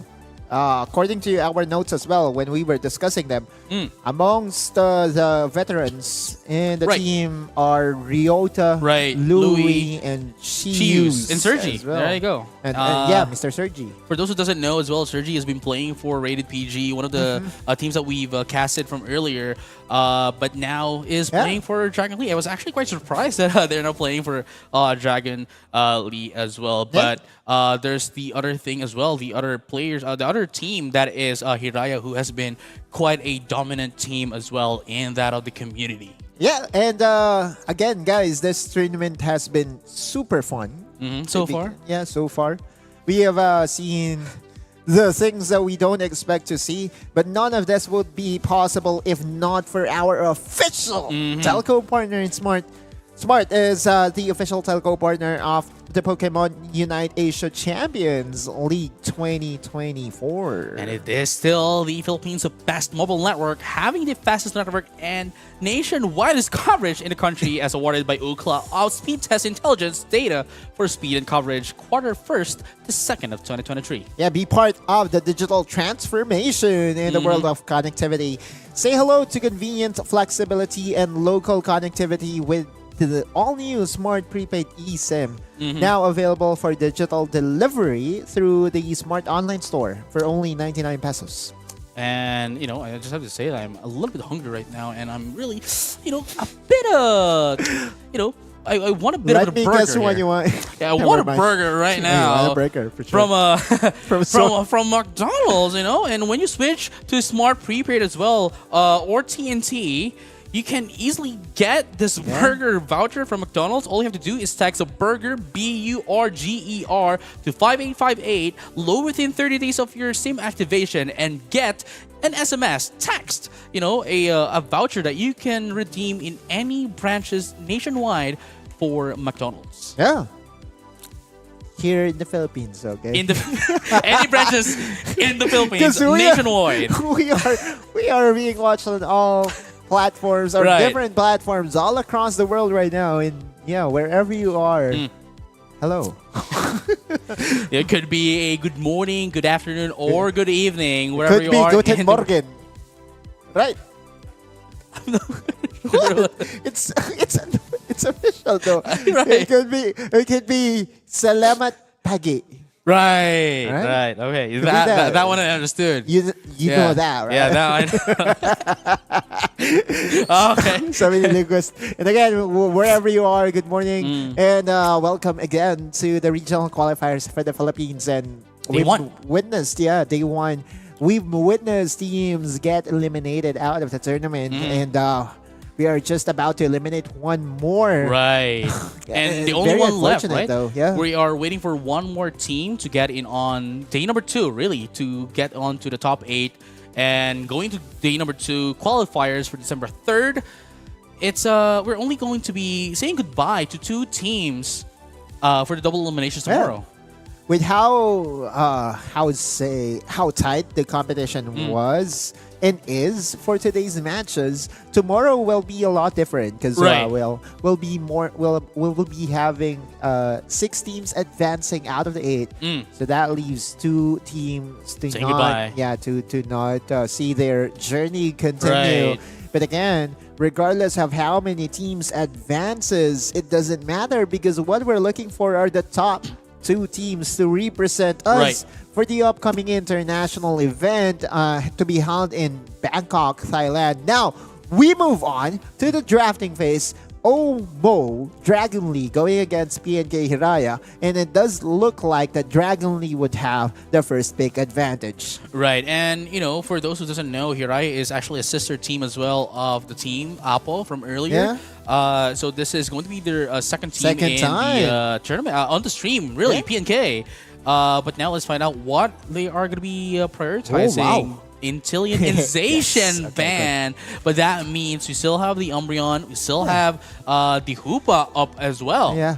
The thing about Zacian, I get excited whenever it gets banned because we get to cast the game normally.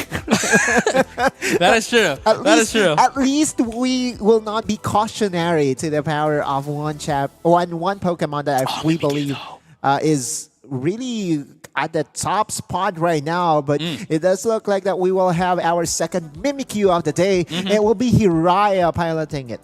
Right, alongside that of the Clefable as well. But Dragon Lee, what's going to be the answer here? They first prioritize picking that of the Mew. Now, they still need, of course, one of their tanks. This is going to be Slowbro, beautiful stuff here, especially that... See, here's the thing, right? I think this is something we haven't discussed yet. It bounds the opposing Pokemon, right? If they use your Unite move, Play With Me or Slow Beam. But that move in and of itself is an unstoppable move. Therefore, it can be countered by the Slow Beam or, well, if you use Play With Me against each other. And I feel that Mimikyu by himself is a very, I would say, it's a champion that is so hard to catch, right? And so you it doesn't need to get in. Exactly. It's a single target lockdown that is very much needed. Right, exactly. So now, again, to round up the draft here by Dragon Lee, they will be having one of the MVPs that we've had so far in the Blastoise. Again, team fight-wise, one of the most influential Pokemon. The first Blaziken off the stream, of the entire tournament on the broadcast. This is nice. Are you ready for this? I am. We've been discussing... The newest Pokemon, right? Yeah. Well, it was Mimikyu. It was Blaziken first and then Mimikyu. Yeah, it was one of the newest Pokemon. And we've been discussing and theorizing about Blaziken and how he's going to be able to affect the matches as well, especially that it has a bit of an AoE when in its attack. Yeah. And it combos all throughout its move, technically getting in 6 moves, including its Unite move, right? That it can switch its stance and combo into the switch out move set for Blaziken. Can I just say that Hiraya really lacks AoE damage though? I mean, you look at their composition right now, I feel that, they have the single target burst. Right. But the reliability of the damage coming in from the Blaziken isn't going to be there really because, it's very situational. We have seen Blaziken pop off in other regions games, but most of the time it gets controlled, especially if there's a Slowbro on the other side. No, yeah, for sure. And with that being said, we are now going to be heading into game number 1. Slowbro is going to be, I guess, one of the, the focus here on how Sergi, it is going to be Sergi controlling the Slowbro as well. We can now see the names. I wonder why. It's going to be definitely the focus here. How they're going to maneuver and shut down Hiraya here. Yeah, she ran on the Mimikyu. Definitely wants to slam that in. Yeah, it's kind of expected when one of the meta builds that we do have for the Mimikyu are those stacking health items, but he might just get knocked down here. That's the first KO of the game. Hoopa, again, as we know, is very strong during the laning phase and was gifted of the orange buff as well. Right, and this is one of the things that Dragon Lee really need to do, and I like the fact that they are targeting down into that of the Mimikyu because they cannot allow it to get its power spike, because the moment it does get a play rough, even just play rough, it's about the start of the end. I'm looking at the potential targets right now. Combustion here. New, a very, very juicy target to the Mimikyu for sure. Now, yeah, so far though, Dragon Lee again just asserting their dominance on the top side, needing the assistance of the Mimikyu on the top just to make sure the top lane won't get bullied that much. And there you go, an insta-clutch! Gets back with a Phantom Force, getting in a little bit of a stun here. And now here comes the play that we were talking about earlier. But thank you very much for the assistance. There goes the Water Tail and the Hoopa helping down this Leafeon, take down the Mimikyu. And look at that, right? If it wasn't for the Hoopa, Mimikyu, despite having a low HP, would have still been able to take down the Leafeon. Exactly, at least one. And again, this is the value of the Hoopa. Especially during the first few minutes of the game, can even snag away fruits and berries here and there. They can even, out-sustain your opponent even further. So now Dragon Lee's early game advantage. No surprises here. Finally, something positive for Hiraya. Right, up top right now, Mimikyu and the Blaziken. He's already the Blaziken. Yeah, but here comes the Hoopa as well. Huge damage coming in from that of the Leafeon, but still not quite enough to put down that Blaziken and the Mimikyu. True. Again, so far, so good for Dragon Lee, but at least some signs of life for Hiraya. 30 seconds before the first objective, and that's a very early investment of the portal. Right, and here comes a bit of a clash here before the second burst, and it looks like they are going to be committing here. Here comes the dances coming in from that of the Leafeon with the Solar Blade, going to be able to take down that Umbreon, and make that too. The Glacier is going to be taken down as well, putting down a bit of a points here to destroy this first tier score goal down the bottom path. And man, the gravity wasn't able to do anything at all. But there you go, look at that! The reverse Uno card here from that of the Mimikyu. Chiran clutching it out and even survives in the end. The power of the Mimikyu in full display now. Blaziken in his element is charging up. Boom. Overheat. There we have it. Not going to be able to do a lot here. Focus Blast is going to be popped up here as well. But there you go. Beautiful eject button to get away from the Solar Blade. And again, the Spinner Rooney damage coming from the Blastoise, ever so reliable.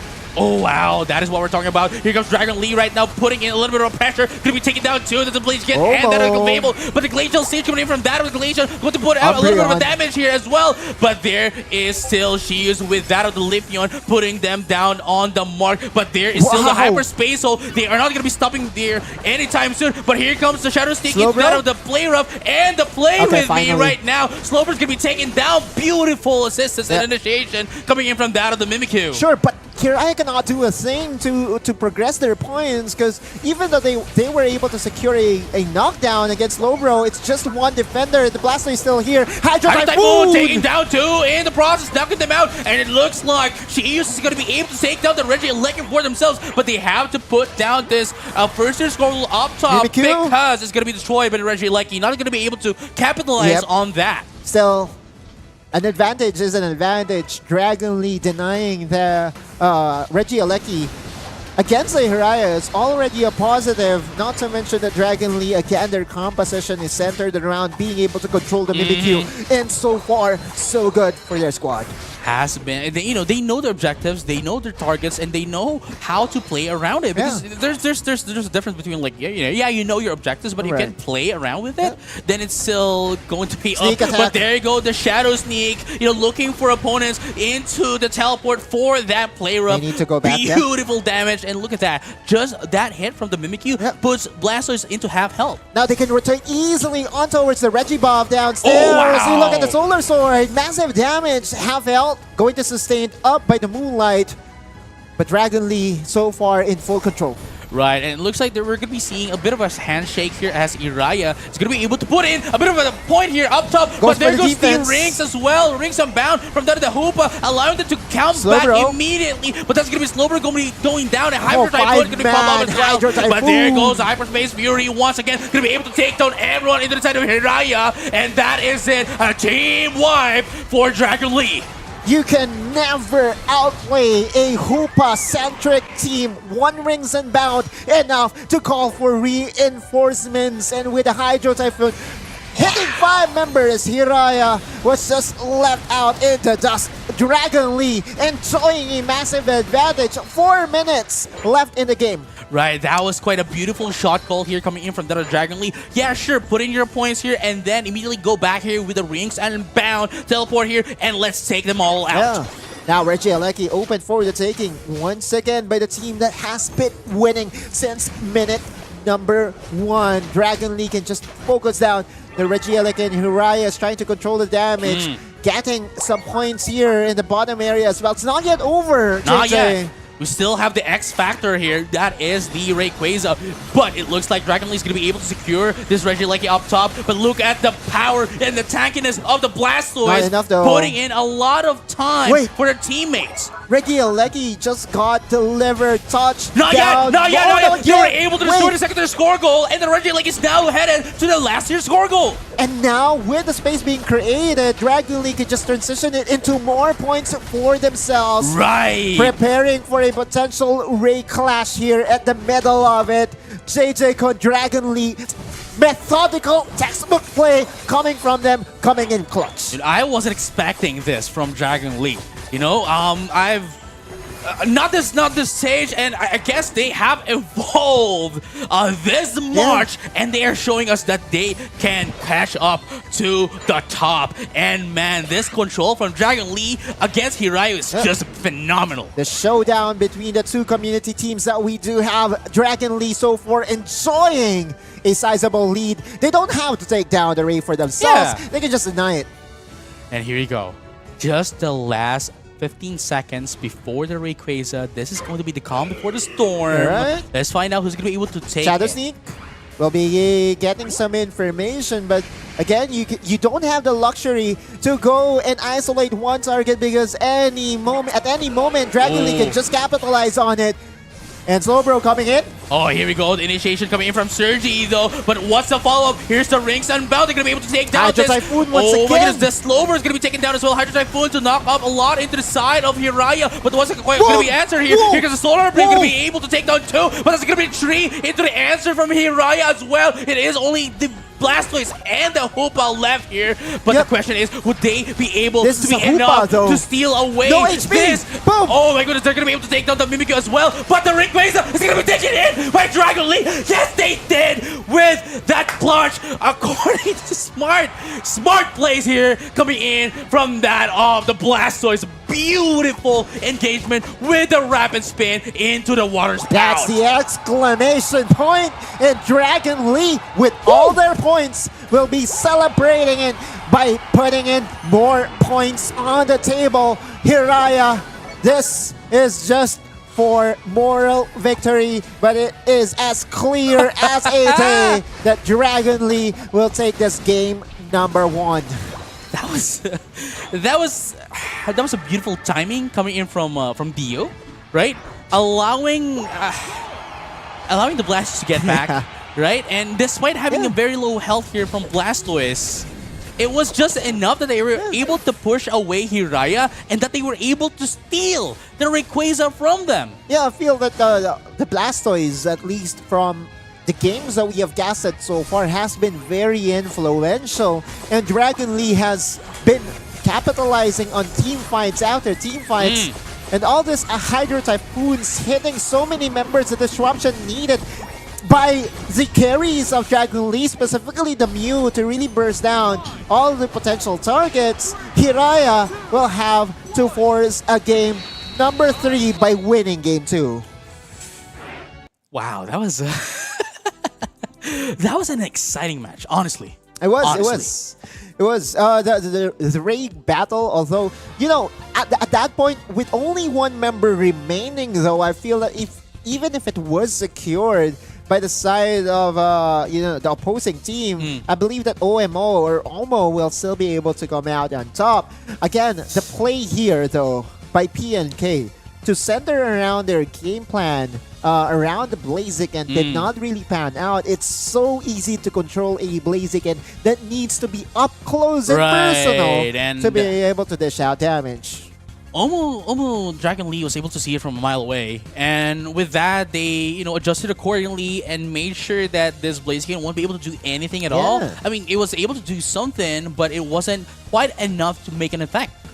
That's the concern that we do have with whenever Blaziken gets picked up, right? Like, And this is what Omo saw from just the way the draft progressed, right? Like the amount of AoE damage coming in from PNK is very much lacking.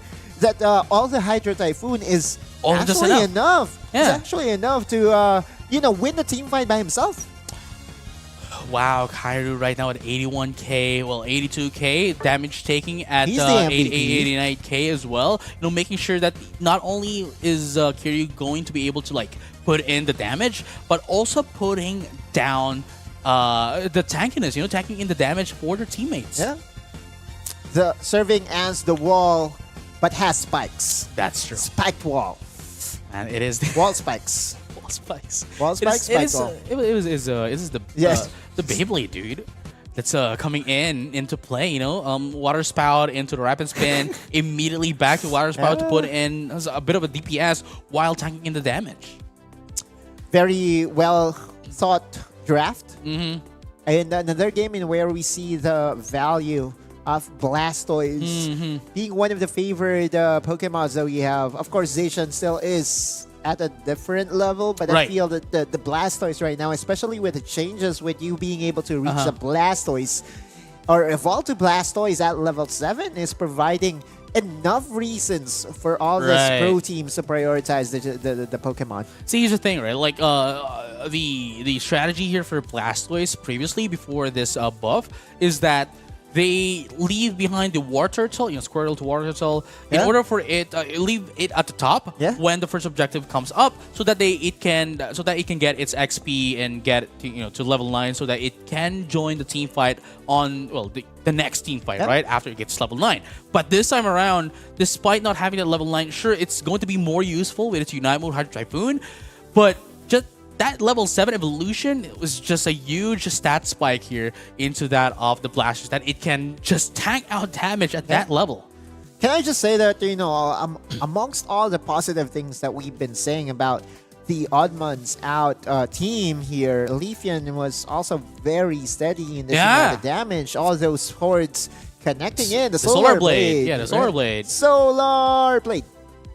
And then for those who doesn't know as well, we have not only the Solar Blade, right? Like because of its because of the passive ability, we have its second move, right? Which which it allows it to get its chlorophyll bar that it allows it to use Solar Blade once again. Right. It's like the resets. It's like Intrepid Sword, honestly, but you don't charge, right? Yeah. You don't charge. That's the difference. I feel that, Leafeon, it's a plug-and-play champion in that particular draft. Like, whatever you try to, or whatever they decide to use in that instance would still be helpful. Cramorant also provides, decent damage, mid-range damage, but they want to really capitalize on those long-range damage to supplement Mew. That's the first time that we've seen a Leafeon and a Mew go hand in hand. To just throw beams and swords on towards their opponents. Right, it was a Leaf Blade, right? Just charge up and then goes in for the Solar Blade and then goes for another Solar Blade. And at the same time, right, again, as you have mentioned, it was the first time that we saw Leafeon and Mew be together on a single team. Earlier on, we saw them, but they're on opposite sides of the end. But this time around, though, I wonder what's going to be the adjustments here by PNK Hiraya, and at the same time, they're going to be switching their sides. Yeah. Hiraya will now be able to threaten a Zacian pick. If that is a practice champion for them, I feel that, almost all pro teams or all teams that aspires for the cup or the crown wants to practice Zacian. That's true. I feel, it's a necessity to at least have one player practice the Pokemon, because again, in its current form, in its current state, I feel that it's one of the best Pokemons to have as your opener. Hoopa will most likely get banned here by Hiraya, and that is also a champion that I feel that Dragon Lee was able to maximize in game number 1. Oh yeah, for sure. But now this time, again, the odds are on Dragon Lee, and the question is, how is Hiraya going to be able to adjust to them going to game number 2? Because again, if they lose this one, that's it. That's it. Goodbye. See you next year. That's good night. And we don't want to say our good nights to our teams as of yet, right? I don't mind having a game number 3 here, JJ Kun. As long as I have you, I'm good. Are you sure? Yeah. Are you sure? Yeah, because we're going to enter a new lobby. Yes, we are entering a new lobby. Right. And because we are going to enter a new lobby, more time for us to discuss. That is Our true. partner in Smart, the official telco partner of Pokemon Asia Unite League Champions, or Unite Asia Champions League 2024. Mixing my words there, but you get the point. Smart, That is true. number 1. Number 1. This is also just the first day of the first day, qualifiers. Tomorrow we'll be back in action for day number 2, and then next week we'll Is have the most playoffs. intense playoffs, in where we will have finally the top 2 teams Right. from the previous tournaments to join us in Talon Esports and Elevate. Right. Again, they are just waiting at the top. You know, we're going to be getting only the top 6 teams for days 1 and day number 2. And then we're going to be headed into our playoffs, where they're going to be joined here by Talon Esports, one of the teams that got in on the World Championships, right, in Yokohama for 2023. And of course, the second placer coming in from the Philippines in the World Championships, it is going to be Elevate Esports. That's the 2 teams that we expect to bring out the fire. The 2 teams that will have their backs targeted by Right. all the teams that registered themselves to be part of this momentous tournament once again. This is Pokemon Unite Philippines Open 2023. And yeah, just it's 2024 actually. Yeah, we're having the PH flag, regional qualifiers in 2023, and the finals is on 2024. I'm surprised. Because the finals is in February. Right, because I was looking at the back. I was looking at the background. I'm seeing 2023. Yeah. And then we all our spiels is 2024. Yeah. Right. No, yeah. Mind blown, right? Wow. This is what happens when we have to wait for a new lobby, and we don't mind waiting as long as the action will be as I would say as intense as Right. game number 1, because in game number 1, although it was one-sided to a degree, Right. a lot of it has something to do with the Blaziken pick, though. Again, Blaziken can easily get controlled by all this controlled Pokemons that we are seeing prevalent in the meta right now. And with the execution alone, Omo really has that one-step advantage against the opposing team. Hiraya needs to go back to the drawing board to find the missing piece, to find the missing link to force a game 3. And here's the thing as well, right? We have to remember that it's still not the end of the line for them. If they win this, we're going to be headed into game number 3. But, if Dragon League wins here, then it's they're going to be proceeding to a celebration for them. Yeah. Celebration momentum for Mr. Dragon Lee. OMO, odd man out. And then PNK is Pikachu. Yeah. There we go. Yeah. And with that being said, we would like to give shout outs as well for those who are tuning in into the Asia Champions League, right? Again, we've already South Korea's already done. Japan's first qualifier is already done as well. That is in accordance with the winter tournament. We have India that's already done as well. Thailand is actually having their playoffs alongside with us. Indonesia is having their qualifiers alongside with us as well. And of course, India is done. And Malaysia and Singapore is already done as well. So we've already got a bit of our regional stage representatives. And we're still waiting for the remaining ones, such as the Philippines. Yeah. Yeah, we are the last, but definitely not the least. Huge shout out to all the VOD viewers out there.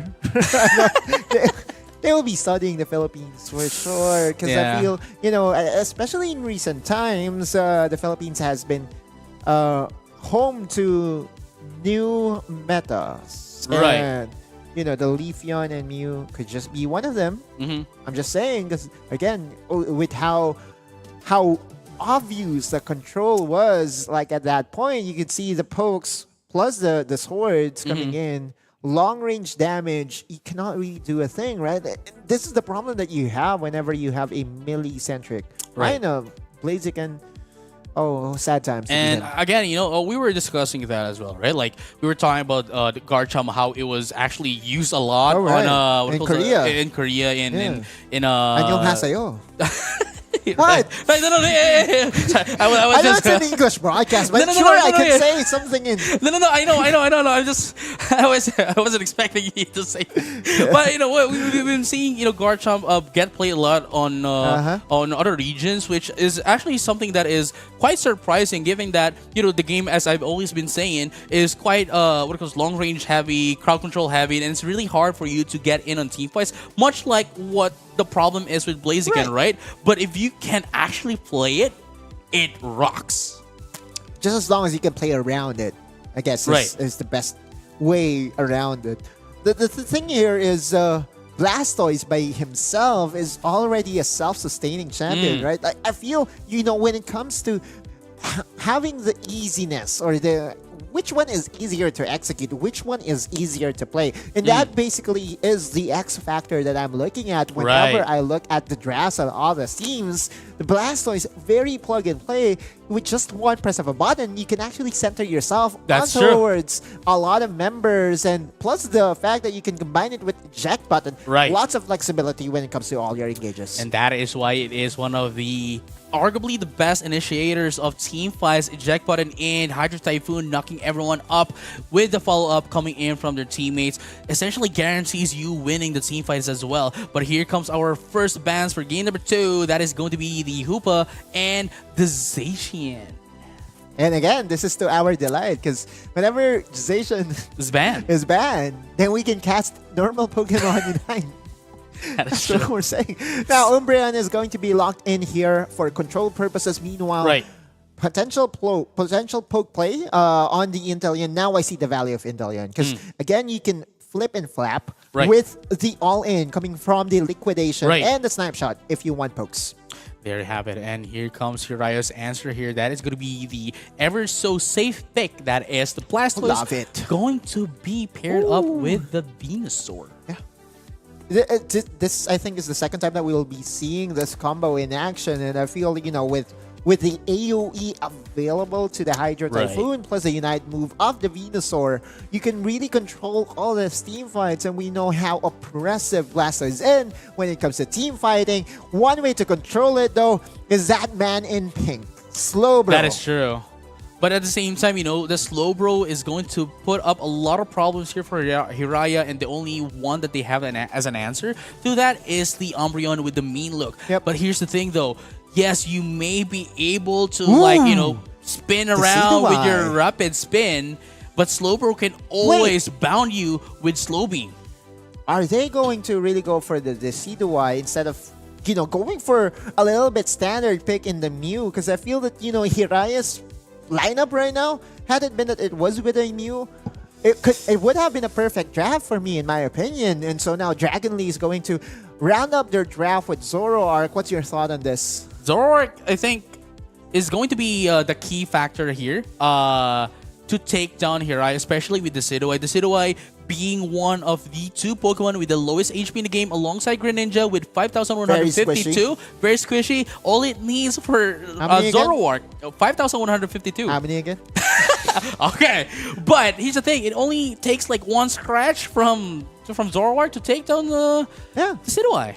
It's that's the goal, right? Like when he saw the Decidueye, I think it's a time for us to pop out our Zoroark. We may not have our Zacian, but we can still reach the backline with all the mobility available to the Pokemon. And again, it will boil down as to how Dragon Lee will be able to control the Blastoise. I feel that Blastoise will be the integral part for PNK Hiraya to force a game number 3. Now, here's the thing, though. It is going to be quite a challenge here for Zoroark to get in because of the Umbreon with the mean look. So it's going to be quite a threat for them. So they need to target down this Umbreon if they want Zoroark to do the job that it needs to do. Needs to find his timings right. Needs to find the perfect opportunity and position as to where he decides to flank from. But in the first few stages or first few minutes of the game, I feel that Zoroark is very scary because he can come from anywhere, and with enough damage and mobility, he can actually influence all these lanes very much. And here we have it as well.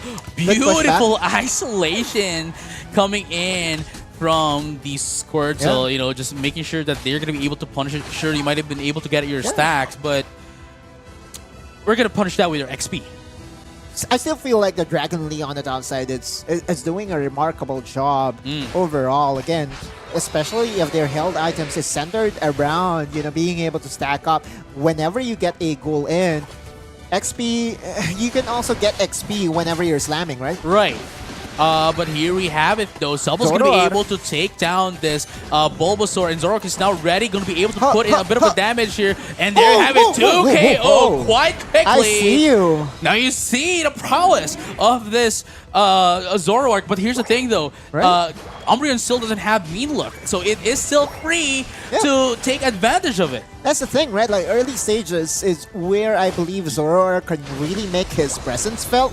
And we saw it there in a very swift move. He was able to get 2 KOs with just less than a second. And this is, again, the start that Dragon Lee has envisioned.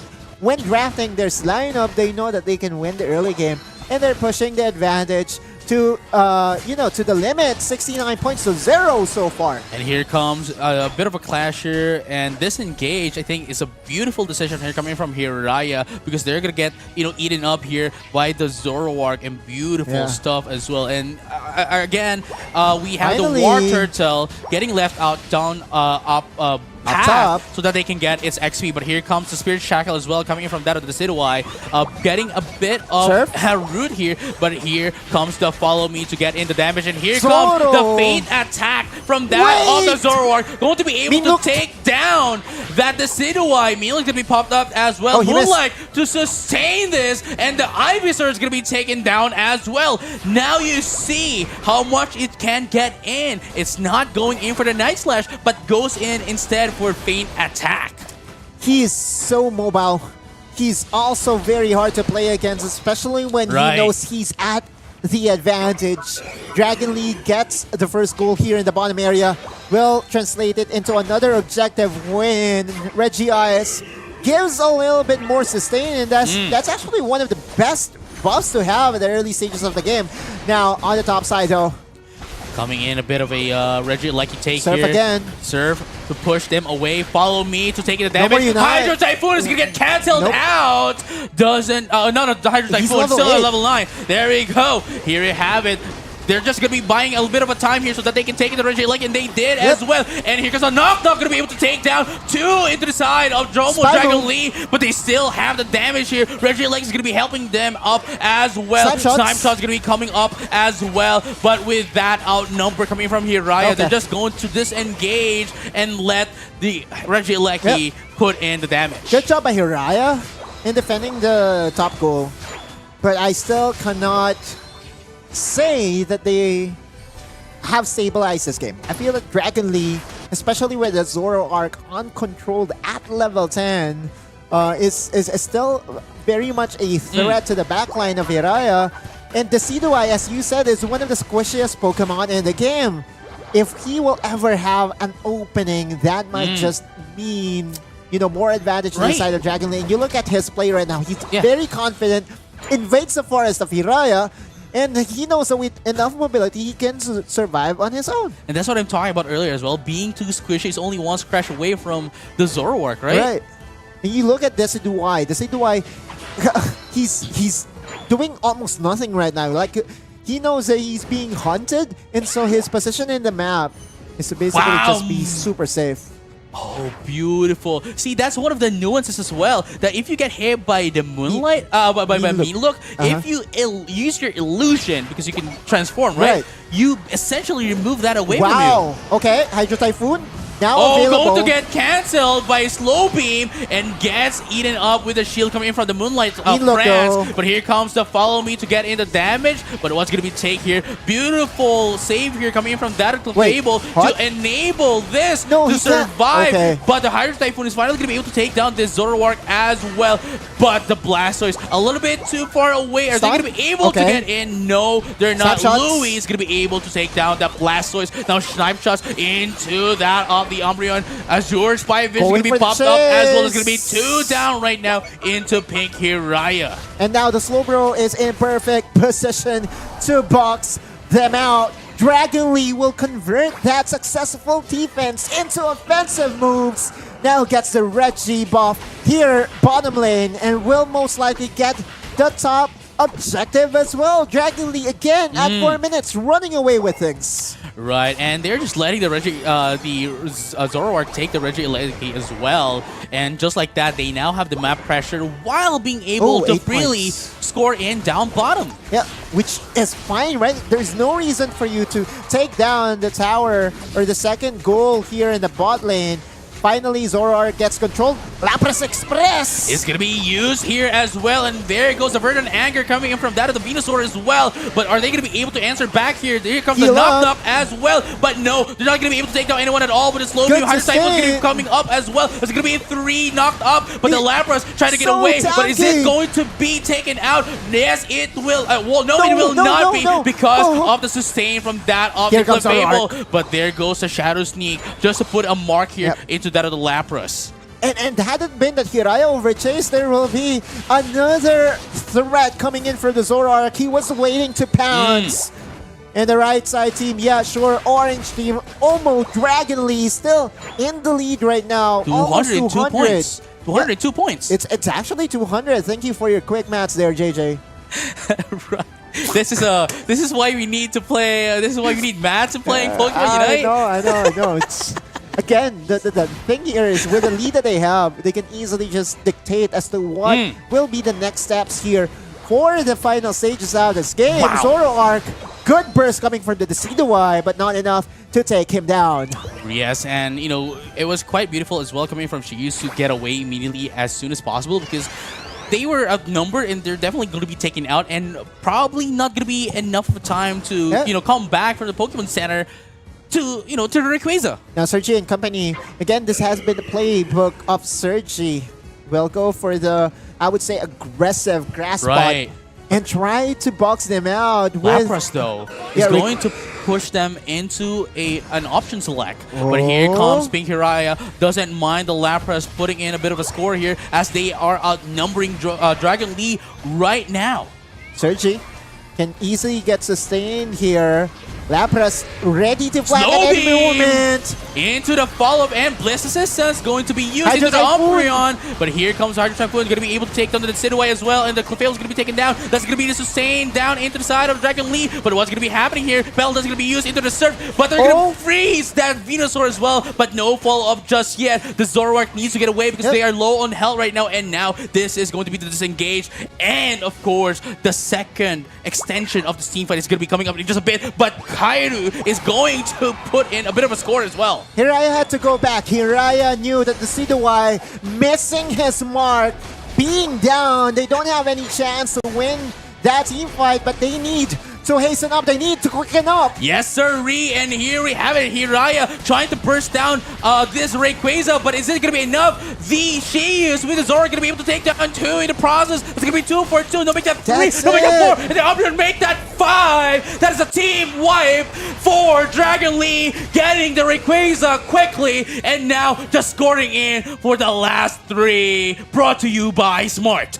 5 Pokemons down means that Dragon Lee will be ending the day on a win, advancing themselves on towards day number 2. Congratulations to Omo Dragon Lee. That was a very fitting match to end the day, getting a 2-0. And not even just that, right? It was very close. It could have been anyone's game, but Omo Dragon Lee just showed us that they have the complete control from the early game into the late game. Yeah, Zoroark pick up genius pick by them. Again, just dictating the early game. This is what I would say the win lane, win game mindset. They know that if the Zoroark ever goes behind because of the fist and famine nature of this Pokemon, they will definitely be at the back foot. But Shiyu's, again, being allowed the space to really influence the games, especially with that skirmish at the bottom lane. I know that you remember that skirmish at the bottom lane in where he got that double KO. Right. The necessary experience advantage by Shius to still be relevant. Yeah, to still be relevant come late game was there. And again, Omo deciding that this is the way they want to play the game and was successful in doing so as well. You know, I have to say, I have to commend the communication of Omo Dragon Lee here, just because of the fact that, sure, we might have a very squishy Intillion. We have a squishy Zoroark, right? But here's the thing, sure, they have this amazing Pokemon, but Lapras, though, we have to commend Lapras as well, because Lapras is just pushing out so much mind games into PNK Hiraya. Again, with the advantage that they have enough options, luxury to force PNK on to a corner, and we saw them, really hesitating. I wouldn't say hesitating, but I would say they were going for desperate plays. Right. I feel is very much needed at that point. You look at PNK, 3 of their Pokemons was not even able to at least dunk any point.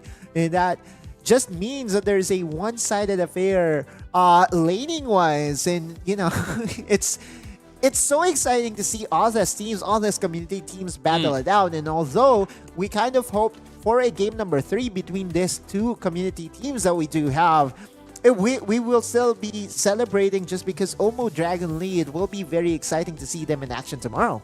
All right. So with that being said, ladies and gentlemen, and all trainers alike, for the Philippine qualifier of Pokemon Unite Asia Champions League, day number 1, we now have our top 8 for day number 2. It is going to be Secret Rare Diamond going against Terravolt. We have Night Fox versus Isen Celto. We have Omo Dragon Lee going against No Sympathy, and Lason Fox going against Secret Rare Pearl. So we do have 2 Foxes of still both of those teams. Lason Fox and Night Fox. Yeah. Night Fox, very promising. All those teams that we thought was very promising in day number 1 did survive into day 2. Kind of expected, and again, tomorrow most likely will be the same time, right? I mean, for day number 1, right? We're on a single eliminations, right? And that means we are. I guess this is the phase that you call the filtering phase here. And definitely, if we were able to see 2 zeros all day, all throughout, right? All across the board here, well, not over. It's just the most, right? We're able to get 2 0. Well, for the stream. No, for the stream, right? But not because there are off streams. There was a game number 3, and then there was not. But for game number 2, right? These teams were very aggressive and were showing us what their prowess would just promise us game number 3s all throughout across the board for game number 2. And with that being said, we're headed into the brackets. Here we have it. Again, double eliminations for day number 2. Secret Rare Diamond going against Terravolt. Night Fox going against Isen Celto. Omo Dragon Lee against No Sympathy. And Lason Fox against Secret Rare Pearl. SR teams, the SR teams. We do have the SRD, the SRP. And just look at the bracket alone, you basically just need to win twice, right? And by winning twice, you qualify yourself on to the playoffs, which is going to happen next week. Right.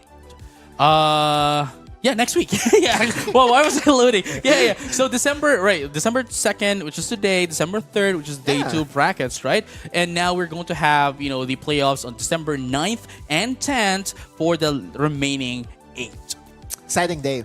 It is going to be an exciting day number 1. I hope you enjoyed, because we definitely had a blast.